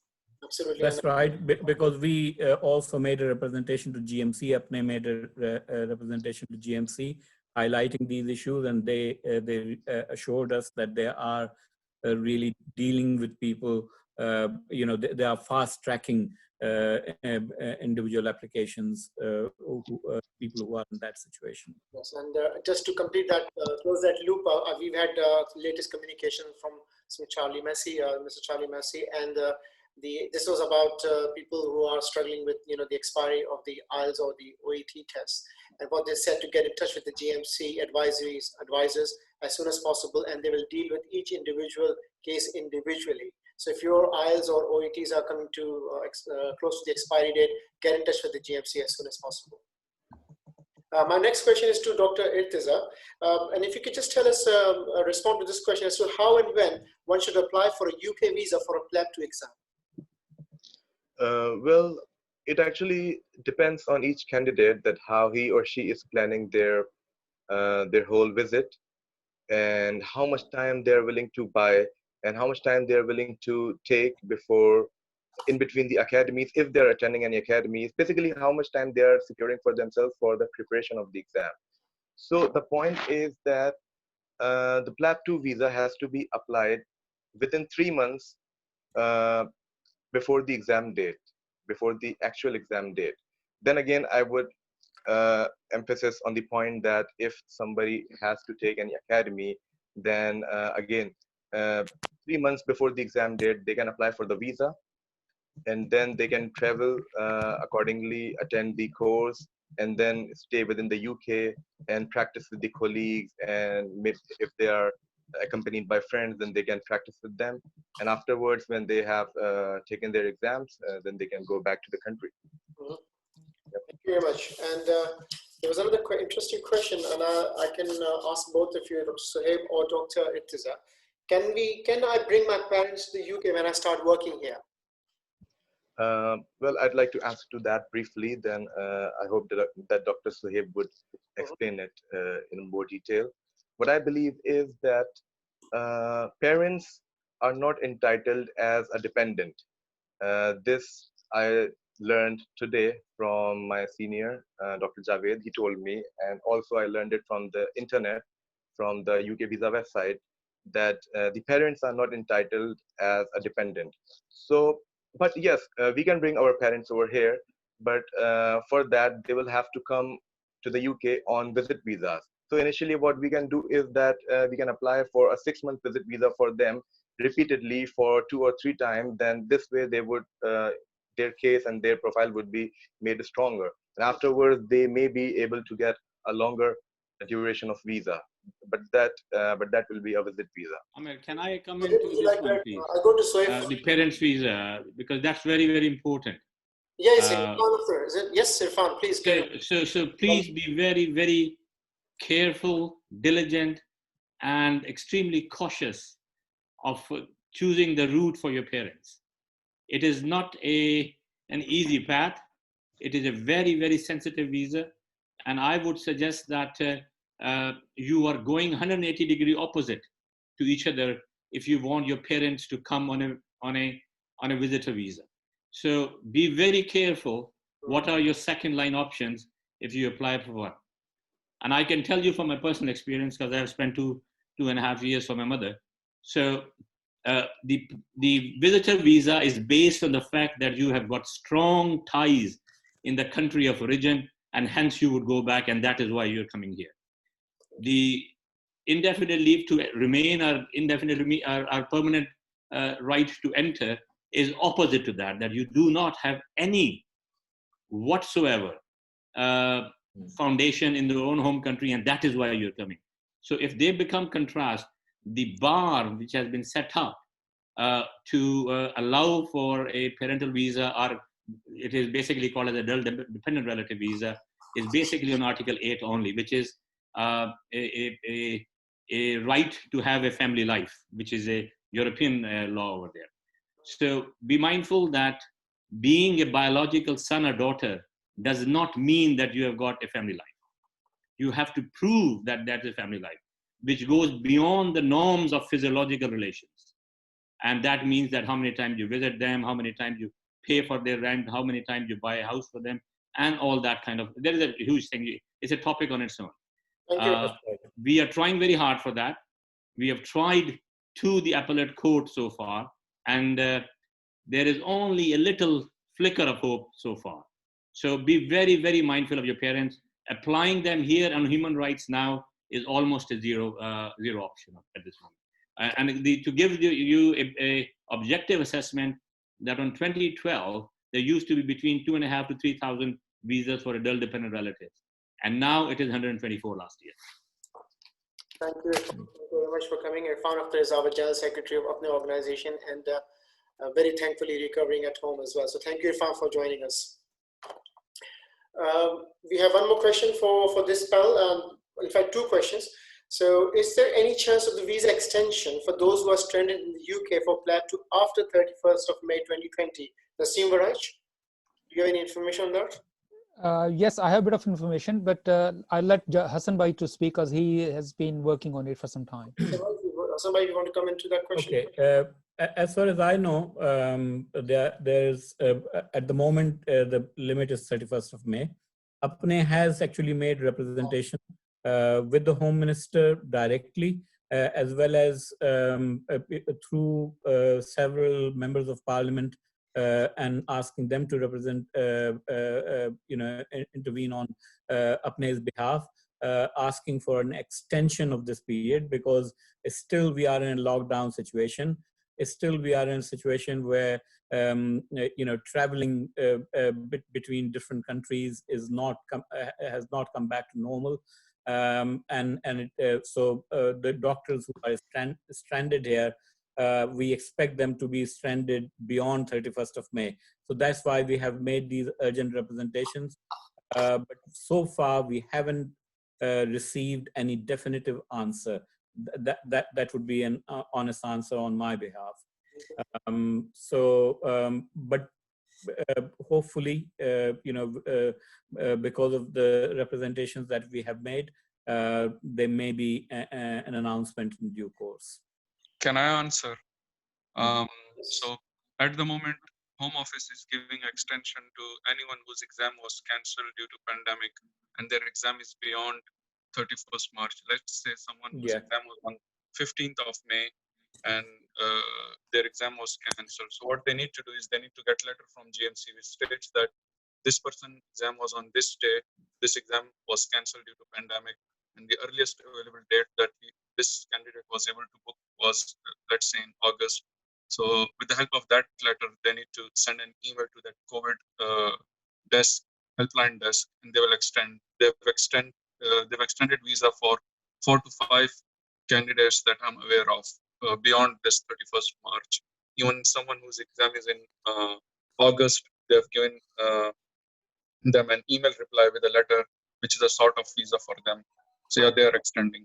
No, Case Sohaib, I was talking about the deadline of 31st of May to make an application for switching of visa. For PLAB 2, they are not asking for switch of visa. I wasn't referring to PLAB 2. I was referring to switch of visa. Okay, yeah.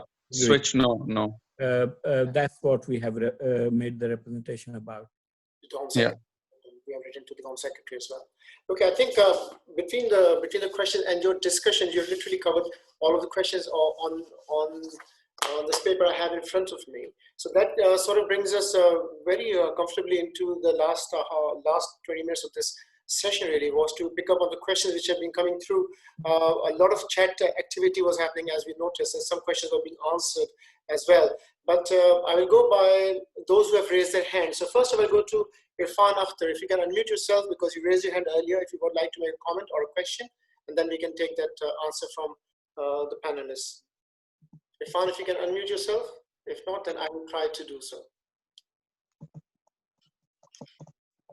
Again, there you are. Sorry, guys, I kind of missed. I don't know whether it's my comment you are looking for. Essentially, I think all of my colleagues have said the same. Pretty much put down. The only thing I would say, life does not carry shortcuts. So work hard, and you will achieve what you want. You have to believe in yourself. I have asked. I refer. There are many programs which are, more doable than others. And वो इकबाल बानो थी या कौन थी जिसका गजल थी कि खिलन को मांगे चांद. You don't get chand all the time. So whatever you get, as long as it is close to your aspirations, go for it, and then venture for other avenues. So work hard, guys, and I can tell you कि यहाँ पे कोई सिफारिश नहीं है. आपकी मेहनत will speak loud and clear. Okay. Thank you, Irfan. Thank you for those poignant words. Very, very important advice as well. Dr. Saqib Ghani. Ji. Can you hear me? Yes, we can. Yeah, just going on to the initial session on interview skills, just another useful tip for candidates. Candidates should remember two things. Firstly, those going for foundation jobs or core training jobs, keep in mind that the consultants are looking for safe doctors, not very smart doctors. So, prepare your answers in such a way that you come across as a safe person working on the shop floor, number one. And number two, when you're giving answers and preparing for them, try and keep your answers to maximum 90 seconds. Because after that, the attention span is gone and you might actually reduce the time for the next question. So you'll be scored on every question. So these are just two useful tips for the candidates when they're going for interviews. Thank you. Thank you very much. I'm going to unmute Mr. Amir Khan. Amir Khan raised his hand earlier and would like to make a comment or a question. Amir Khan, please. Yeah. Thanks very much. I think it's been very good. We've covered most of the things which we planning to cover today. Because I was one of those first row of responsible officers, because from 2012 when I became an RO. Just a quick advice to all those who are starting working in this country at some stage. Look, guys, be honest, be open, learn to say no. You do not get into trouble because you are clinically incompetent. You get into trouble because you are trying to cover up things which are not real. If you have said something, if you've not been able to do something, just say, I couldn't do it. There is no need to find unnecessary excuses. Just give a genuine reason. Be honest, be open. That's all I can say to you all. You will not get into trouble. Thanks. Thank you very much. Shahid Latif, if you would like to come in with a question or a comment. Assalamu alaikum. Thank you, Amir, and thank you everybody else. Just a quick one. All I would like to say is just make sure that you do have some kind of a hobby or interest outside of medicine.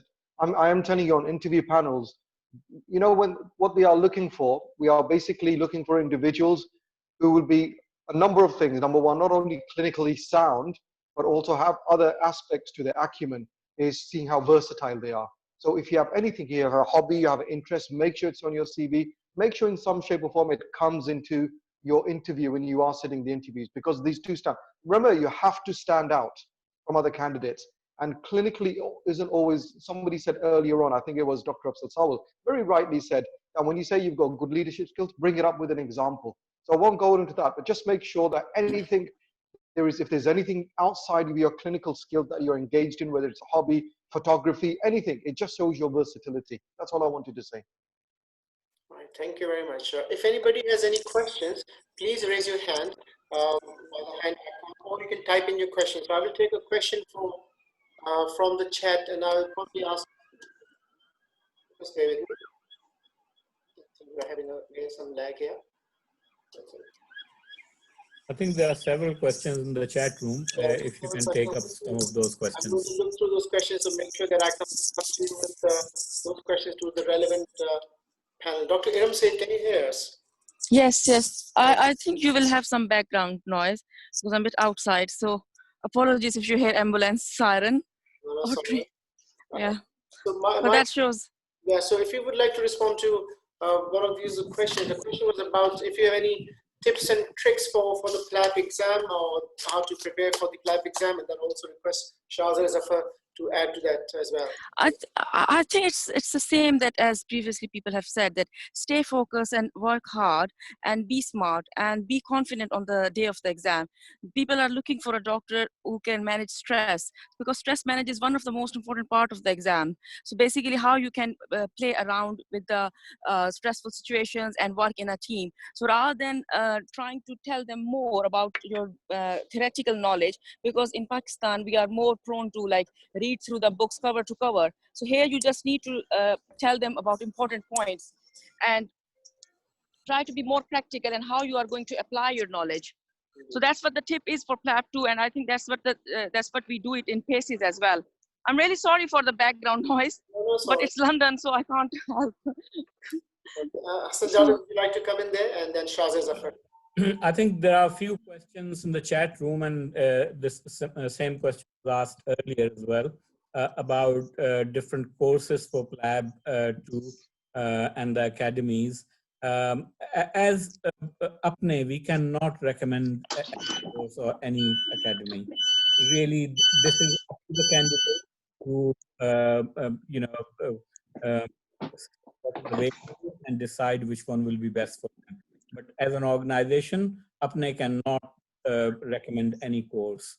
Sorry about that answer. Dr. Shahzad, would you like to give any tips or tricks, as you say, for the exam, for PLAB? Shahzad Zafar? I think I lose. Okay.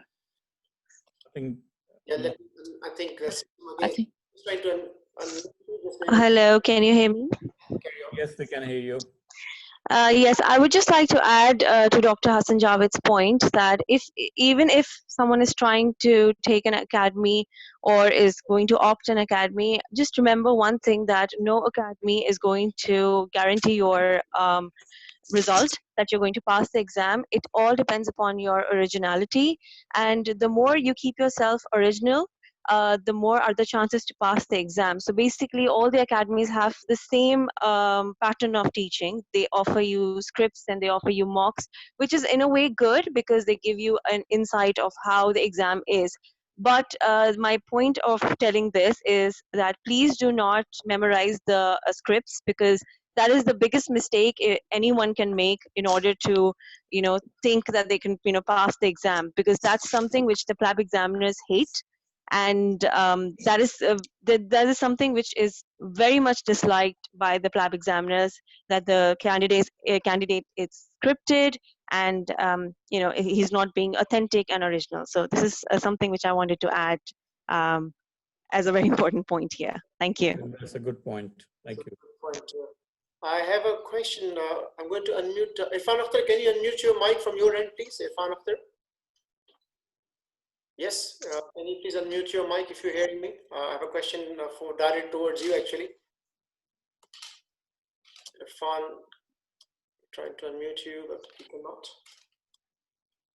I think it's just the system which is being slow. So I come back to Irfan, but there's a question which I'm going to ask of the panelists. The question is, how do you describe, if the question is describe yourself, how do you do it? It's I've just been writing on it. Being sitting on the panel for CT and ST, it's an open question for a candidate to express himself, go through his CV basically, and highlight his achievements and honors. What we're looking for is not, I mean, everybody has done these standard rotations and degrees and stuff. What we're looking for is how interesting that person is, what extracurricular activities has he got, or other interest. And on top of all, as Mr. Khan said, person has to be very honest what he has written, and he can prove those things what he has written in his CV. Ayaz Abbasi sir, would you like to add to that question? So what was the question, sorry? If you were asked a question at an interview, describe yourself, how do you respond to that? Well, to be, you can describe yourself the way you are, but having said that, remember that one, that you are sitting in an interview and you have to sell yourself, you know. So, and selling yourself is the, not only that basically telling the positive things, but also be honest about your shortcoming as well. But say that one of the things which I am the flexible, and I'm a good learner, and I will learn from the experiences, you know, and that's the way you can do that one, you know. So be honest, be short, and to the point. Yeah. Can I add, would you like to add, please? Can I add this question? Yes, sir. Can I add? Can you hear me now? Yes, yeah. Okay. I think this is the most important question. I think take some time to reflect upon yourself to answer these questions. And I quite agree with everybody else. You need to be honest and to the point, but you need to cover it within a very short time. Everybody is emphasizing on the extracurricular activity. I do emphasize on extracurricular activity, but do not stick with the cricket game in everywhere. Every single person say, I play cricket, I play cricket. We know that we come from Asian background, we play cricket, but you need to come out with something else. People are very fed up with this cricket answer, you know, to be honest with you, in the question, in the interview panels. So extracurricular activity is so versatile, and you know, you need to link with your extracurricular activity with the current job. Okay, what you learn from your extracurricular activity that helps you to become a good doctor. I learned to become a team player. I learned to be more confident and communicating within team. I learned leadership skills from my extracurricular activity. Don't say just I play cricket and then, but what you learn from cricket, I learned how to play in a team, how to lead the team, how to do this thing. So you link, whatever you do, you link with the current job situation, and that's give you power to that you're different from everybody else. I think you please make sure that you practice about telling about yourself, and I in all my interview are finding very challenging questions to do it in about 60 seconds or 2 minutes. It is a very challenging question, isn't it? So I'm just going to have a quick look at some of the questions. There were a couple of questions which might be useful to the visa people, and I'm just going to raise that for the visa panel one more time. So just bear with me.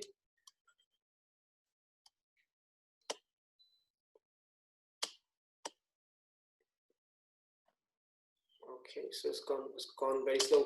There was another question. I'll go to that question afterwards. The question was, how does it help if they have volunteer experiences of working in volunteer organization? Does it help when they come to specialty training applications?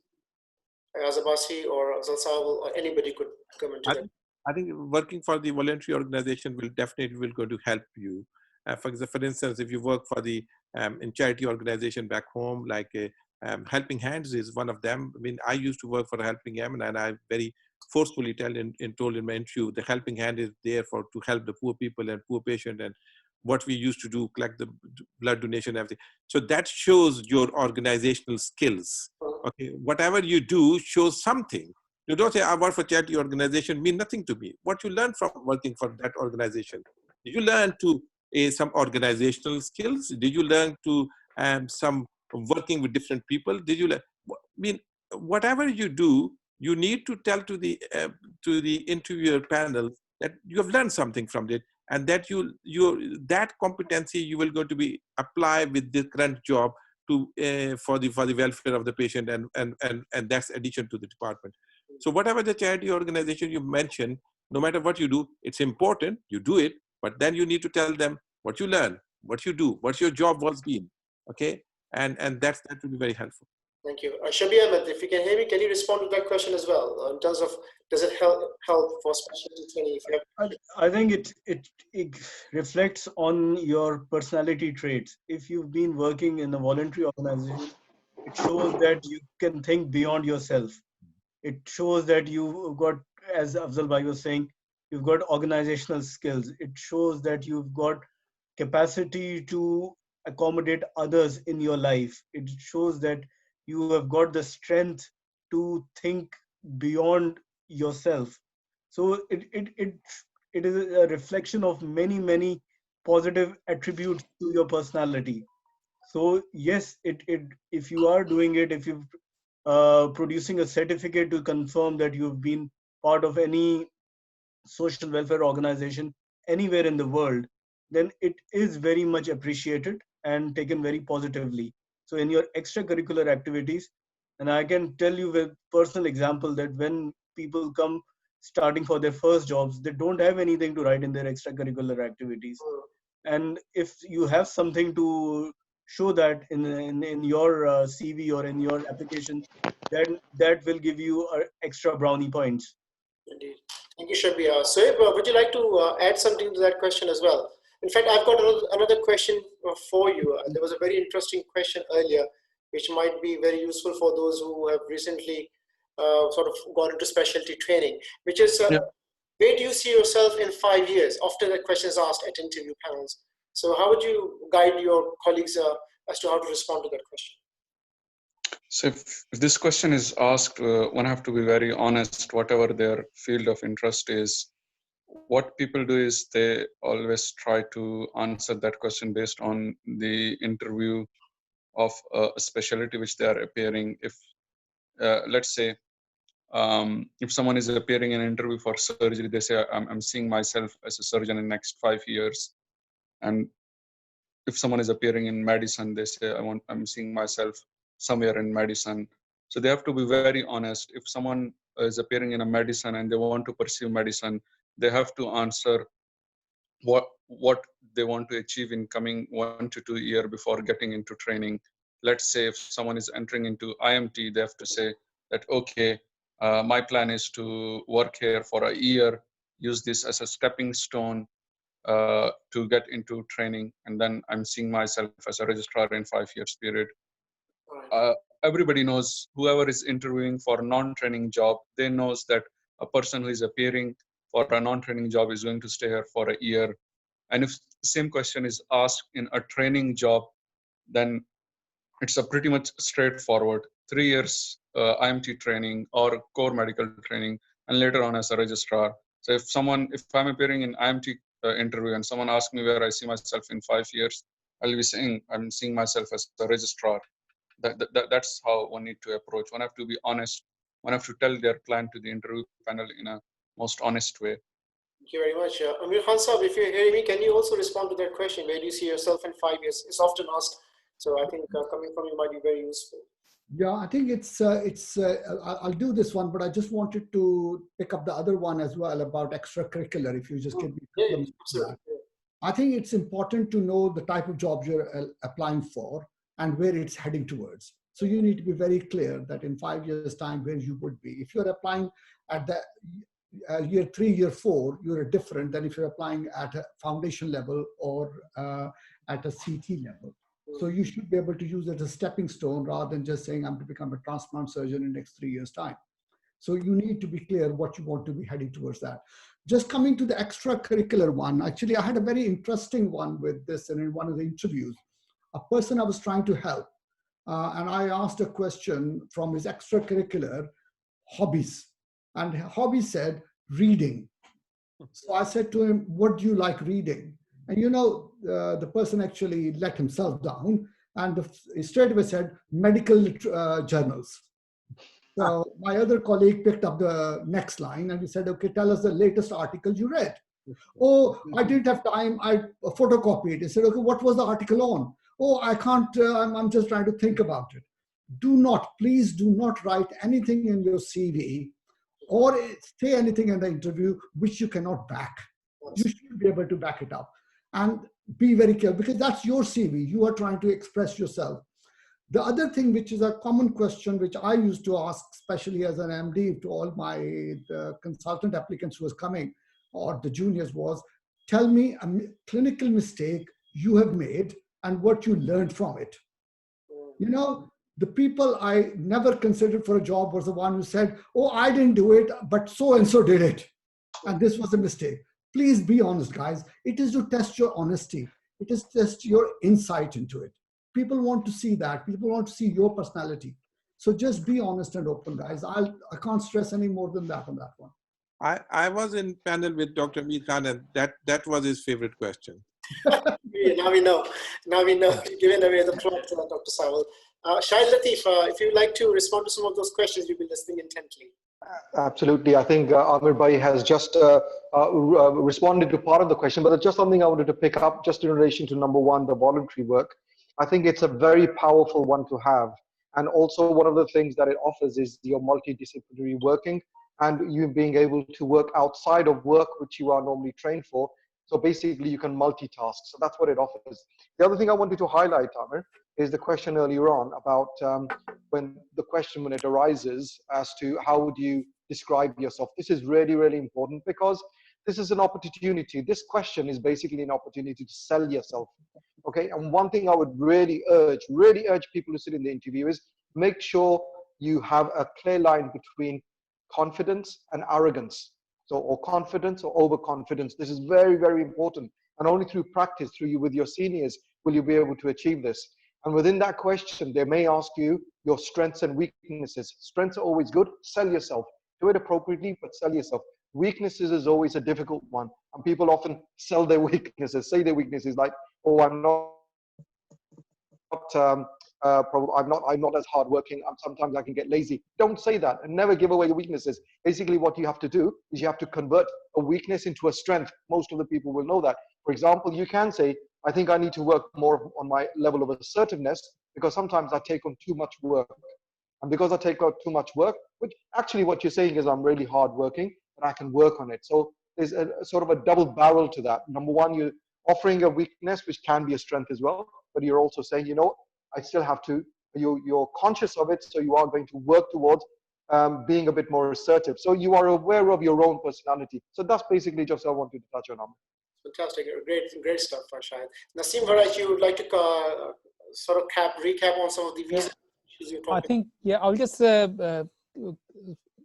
say something about this one first for the 5 years. Usually the question we normally been asked is, where do you see yourself in 10 years? 5 years and 10 years question is, as Shahid Bhai said, is just how you sell yourself. It's not only that, it's also how good insight have you got in the system. If you're doing your things, you're getting your achievements, your ARCPs, everything if is according to plan, then in 5 years time, you are in the field of your chosen specialty. And in 10 years time, you become a consultant in that specialty. So that is an open question for you to express how you see the system itself.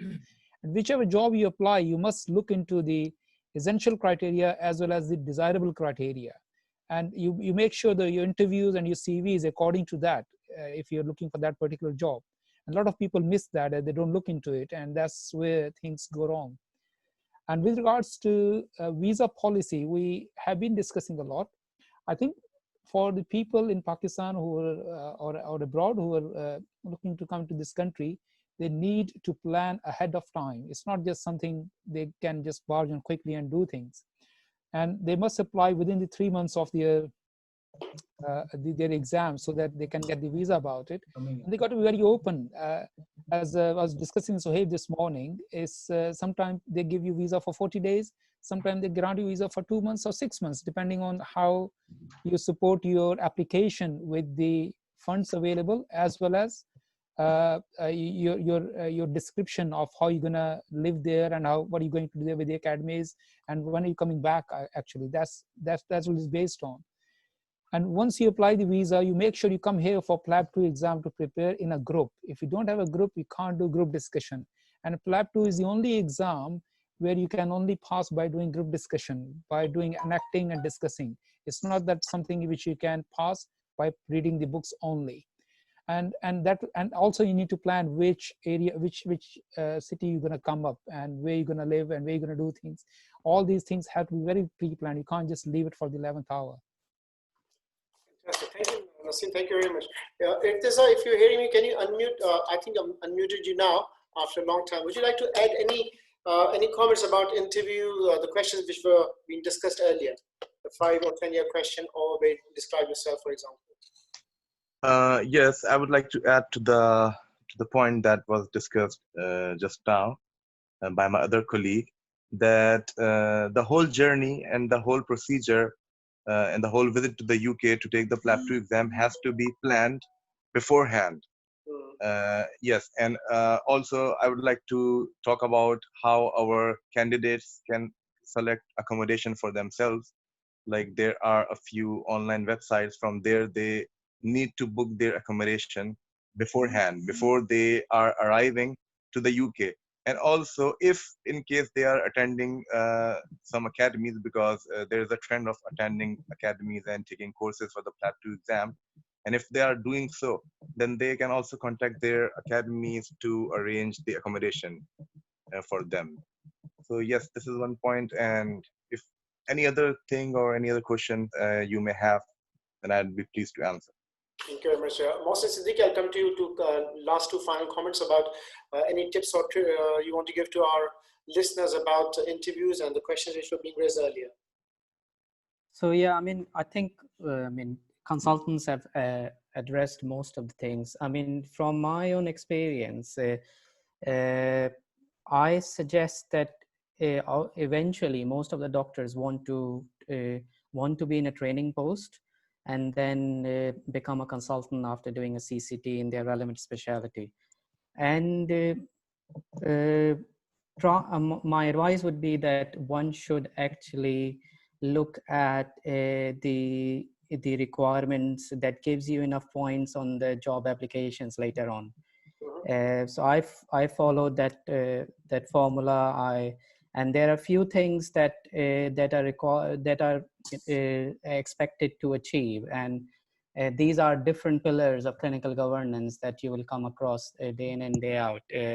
So there is points for QIPs and audits. There are points for your degrees outside of medicine, if you want to do it.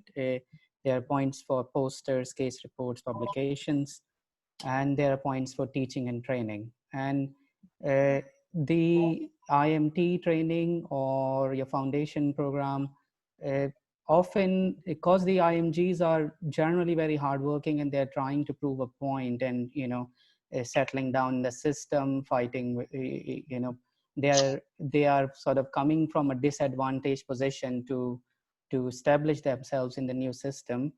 Often they are mainly working on the shop floor without thinking smartly to establish their CV for the job applications. And I think sometimes people struggle to get into good positions, at least in their first training interview. Or they end up in a remote place in UK in the training job, which is not a bad thing. But if you really want to be in big centers, in main cities of the UK, then start working towards your job applications, your next round of application, which may be in 2 to 3 years time from your current job, in advance. And there is enough information online about what are the different things that you want to achieve. Thank you so much. I think we've had a fantastic session. I must admit, I've learned so much as well from you, from the junior IMGs, junior doctors, from our senior colleagues, and people who actually are part of the process of PLAB exams, and people who are integrally involved in the interview processes. So I hope all of our viewers and listeners, or those who are with us here, have had some lovely information coming from all of us here. It's been hard work for the team, so I must thank the team, especially those who took their time out to be here. including our junior colleagues as well. So people like Sohaib, Irtiza, Tuba, and Shazwe. I really appreciate the fact that you've come on board and you've given us such fantastic information. As always, my colleagues are Shabi, Naseem, Ayaz Abbasi Saab, Sawal Saab, Shahid Tajwani Saab, and many others. Dil Khan, for example, it's fantastic to have this wealth of knowledge coming through. And then, yes, we have our task force lead, Mr. Amir Khan here, who took on board the IMG task force when we set it all up in February. And how hard have we worked? And it's a testament to our hard work that we are here doing this webinar. This will not be the last of this is just the first of many, many webinars we intend to do. We've talked about the MTIs possibly being as a separate webinar on its own. Caesar has been recommended to be a webinar as well. So already there is interest from our graduates from not just from Pakistan. We're surprised and very happily, pleasantly surprised that we had people from other associations as well, from neighboring countries and from African countries as well as listening in. So I'm going to thank everybody: Sadar Jafar Boy, Amir Khan, Atil Khan, Sohaib, and Irtiza, Naseem Varaish, Dr. Hassan Javed, who's worked tirelessly with us on the IMG and drafting all of those lovely letters, which I just fine-tuned and sent to the relevant bodies. So really thankful to you, Hassan Javed. Iram Saeed, who's done tireless work as well. And then finally, our colleagues Ayaz Abbasi, Afzal Sawal, and Mohsen Siddiqui. So I will thank all of you for taking your time out, being the panelists today. There's a lot of work which goes into the background. We all know about it. Thank you to all of our colleagues who joined in. Please send in your questions, email us. Please give us your feedback. It's important that we know how we did or how we can improve. So please write in. You have an email from us. We are very easy to find, corporate affairs at apne.uk or info@apne.uk, or the one which Hassan Javed responded to you back to when you were registering. So please reply to any of those emails, give us some feedback. So I'm going to say thank you to everybody. I'm going to especially thank His Excellency Mr. Nafeez Zakaria, who on a very short notice actually made time to come to our webinar. And then obviously he's always been offering his support and advice as we go through. We look forward to work with all of you. Any final comments, Mr. Amir Khan?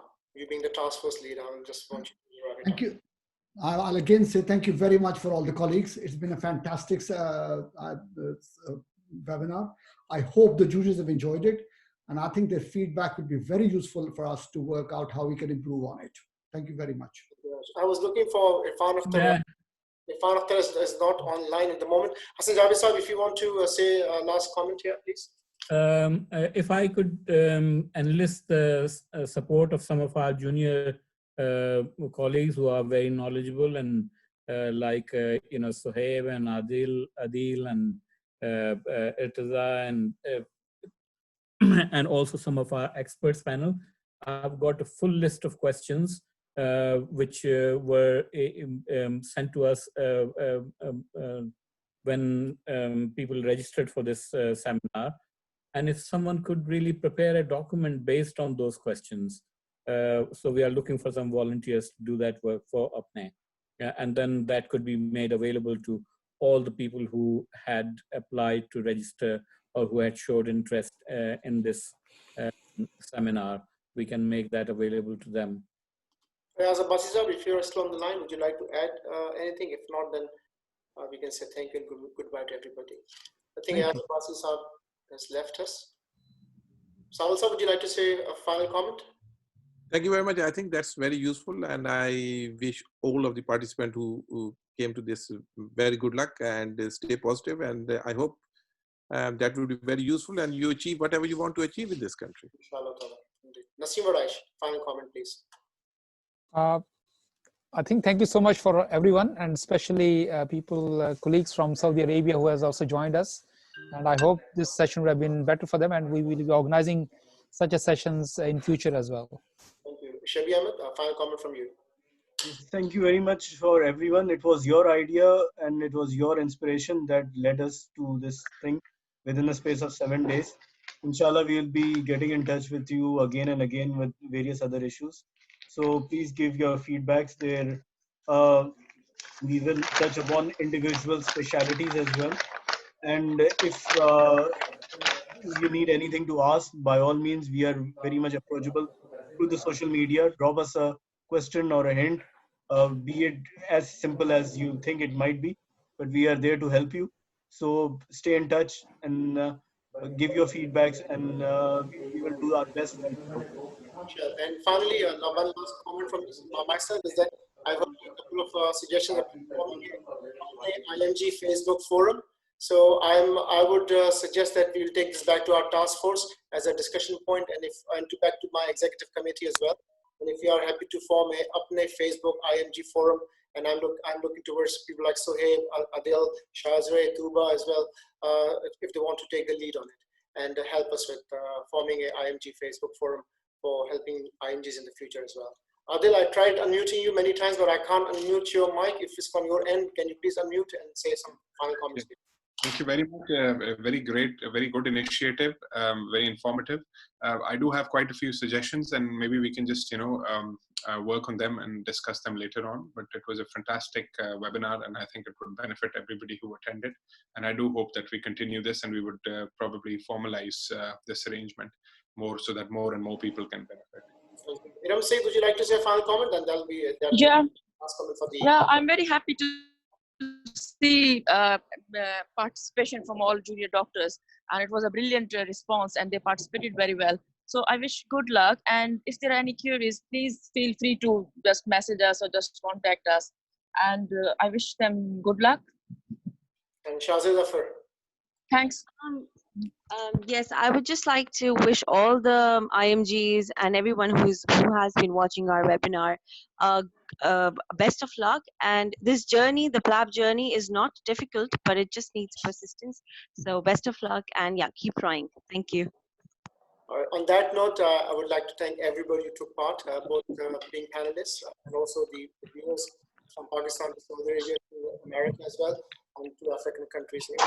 Really useful to know that you're there and you're listening to us. We will do what we can do again more in the future. Thank you. Thank you. Thank you very much. Thanks, everyone. Thank you very much. Everybody.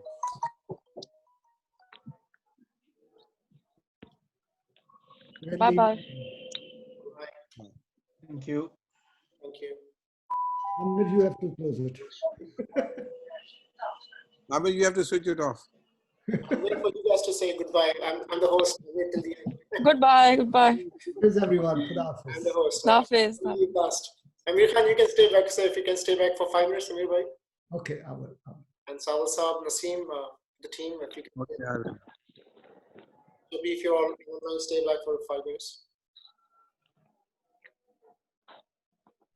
We'll wait for everybody else to switch off. You're live on Facebook. Yeah, live on Facebook. We just let's re-log in, I think. we tried to. Technology failed. Zoom was lagging very severely at the beginning of it. I think maybe just the Wi-Fi in our area. We do not know, but thankfully we got it all under control. The thing is, Amir, if you see number of people who are using this technology now, even the companies can't cope with it anymore now. Indeed. So I think that pressure was expected. Thank you to everyone who took part in it. I'm recording now, so we can comment off air and not record it. And I will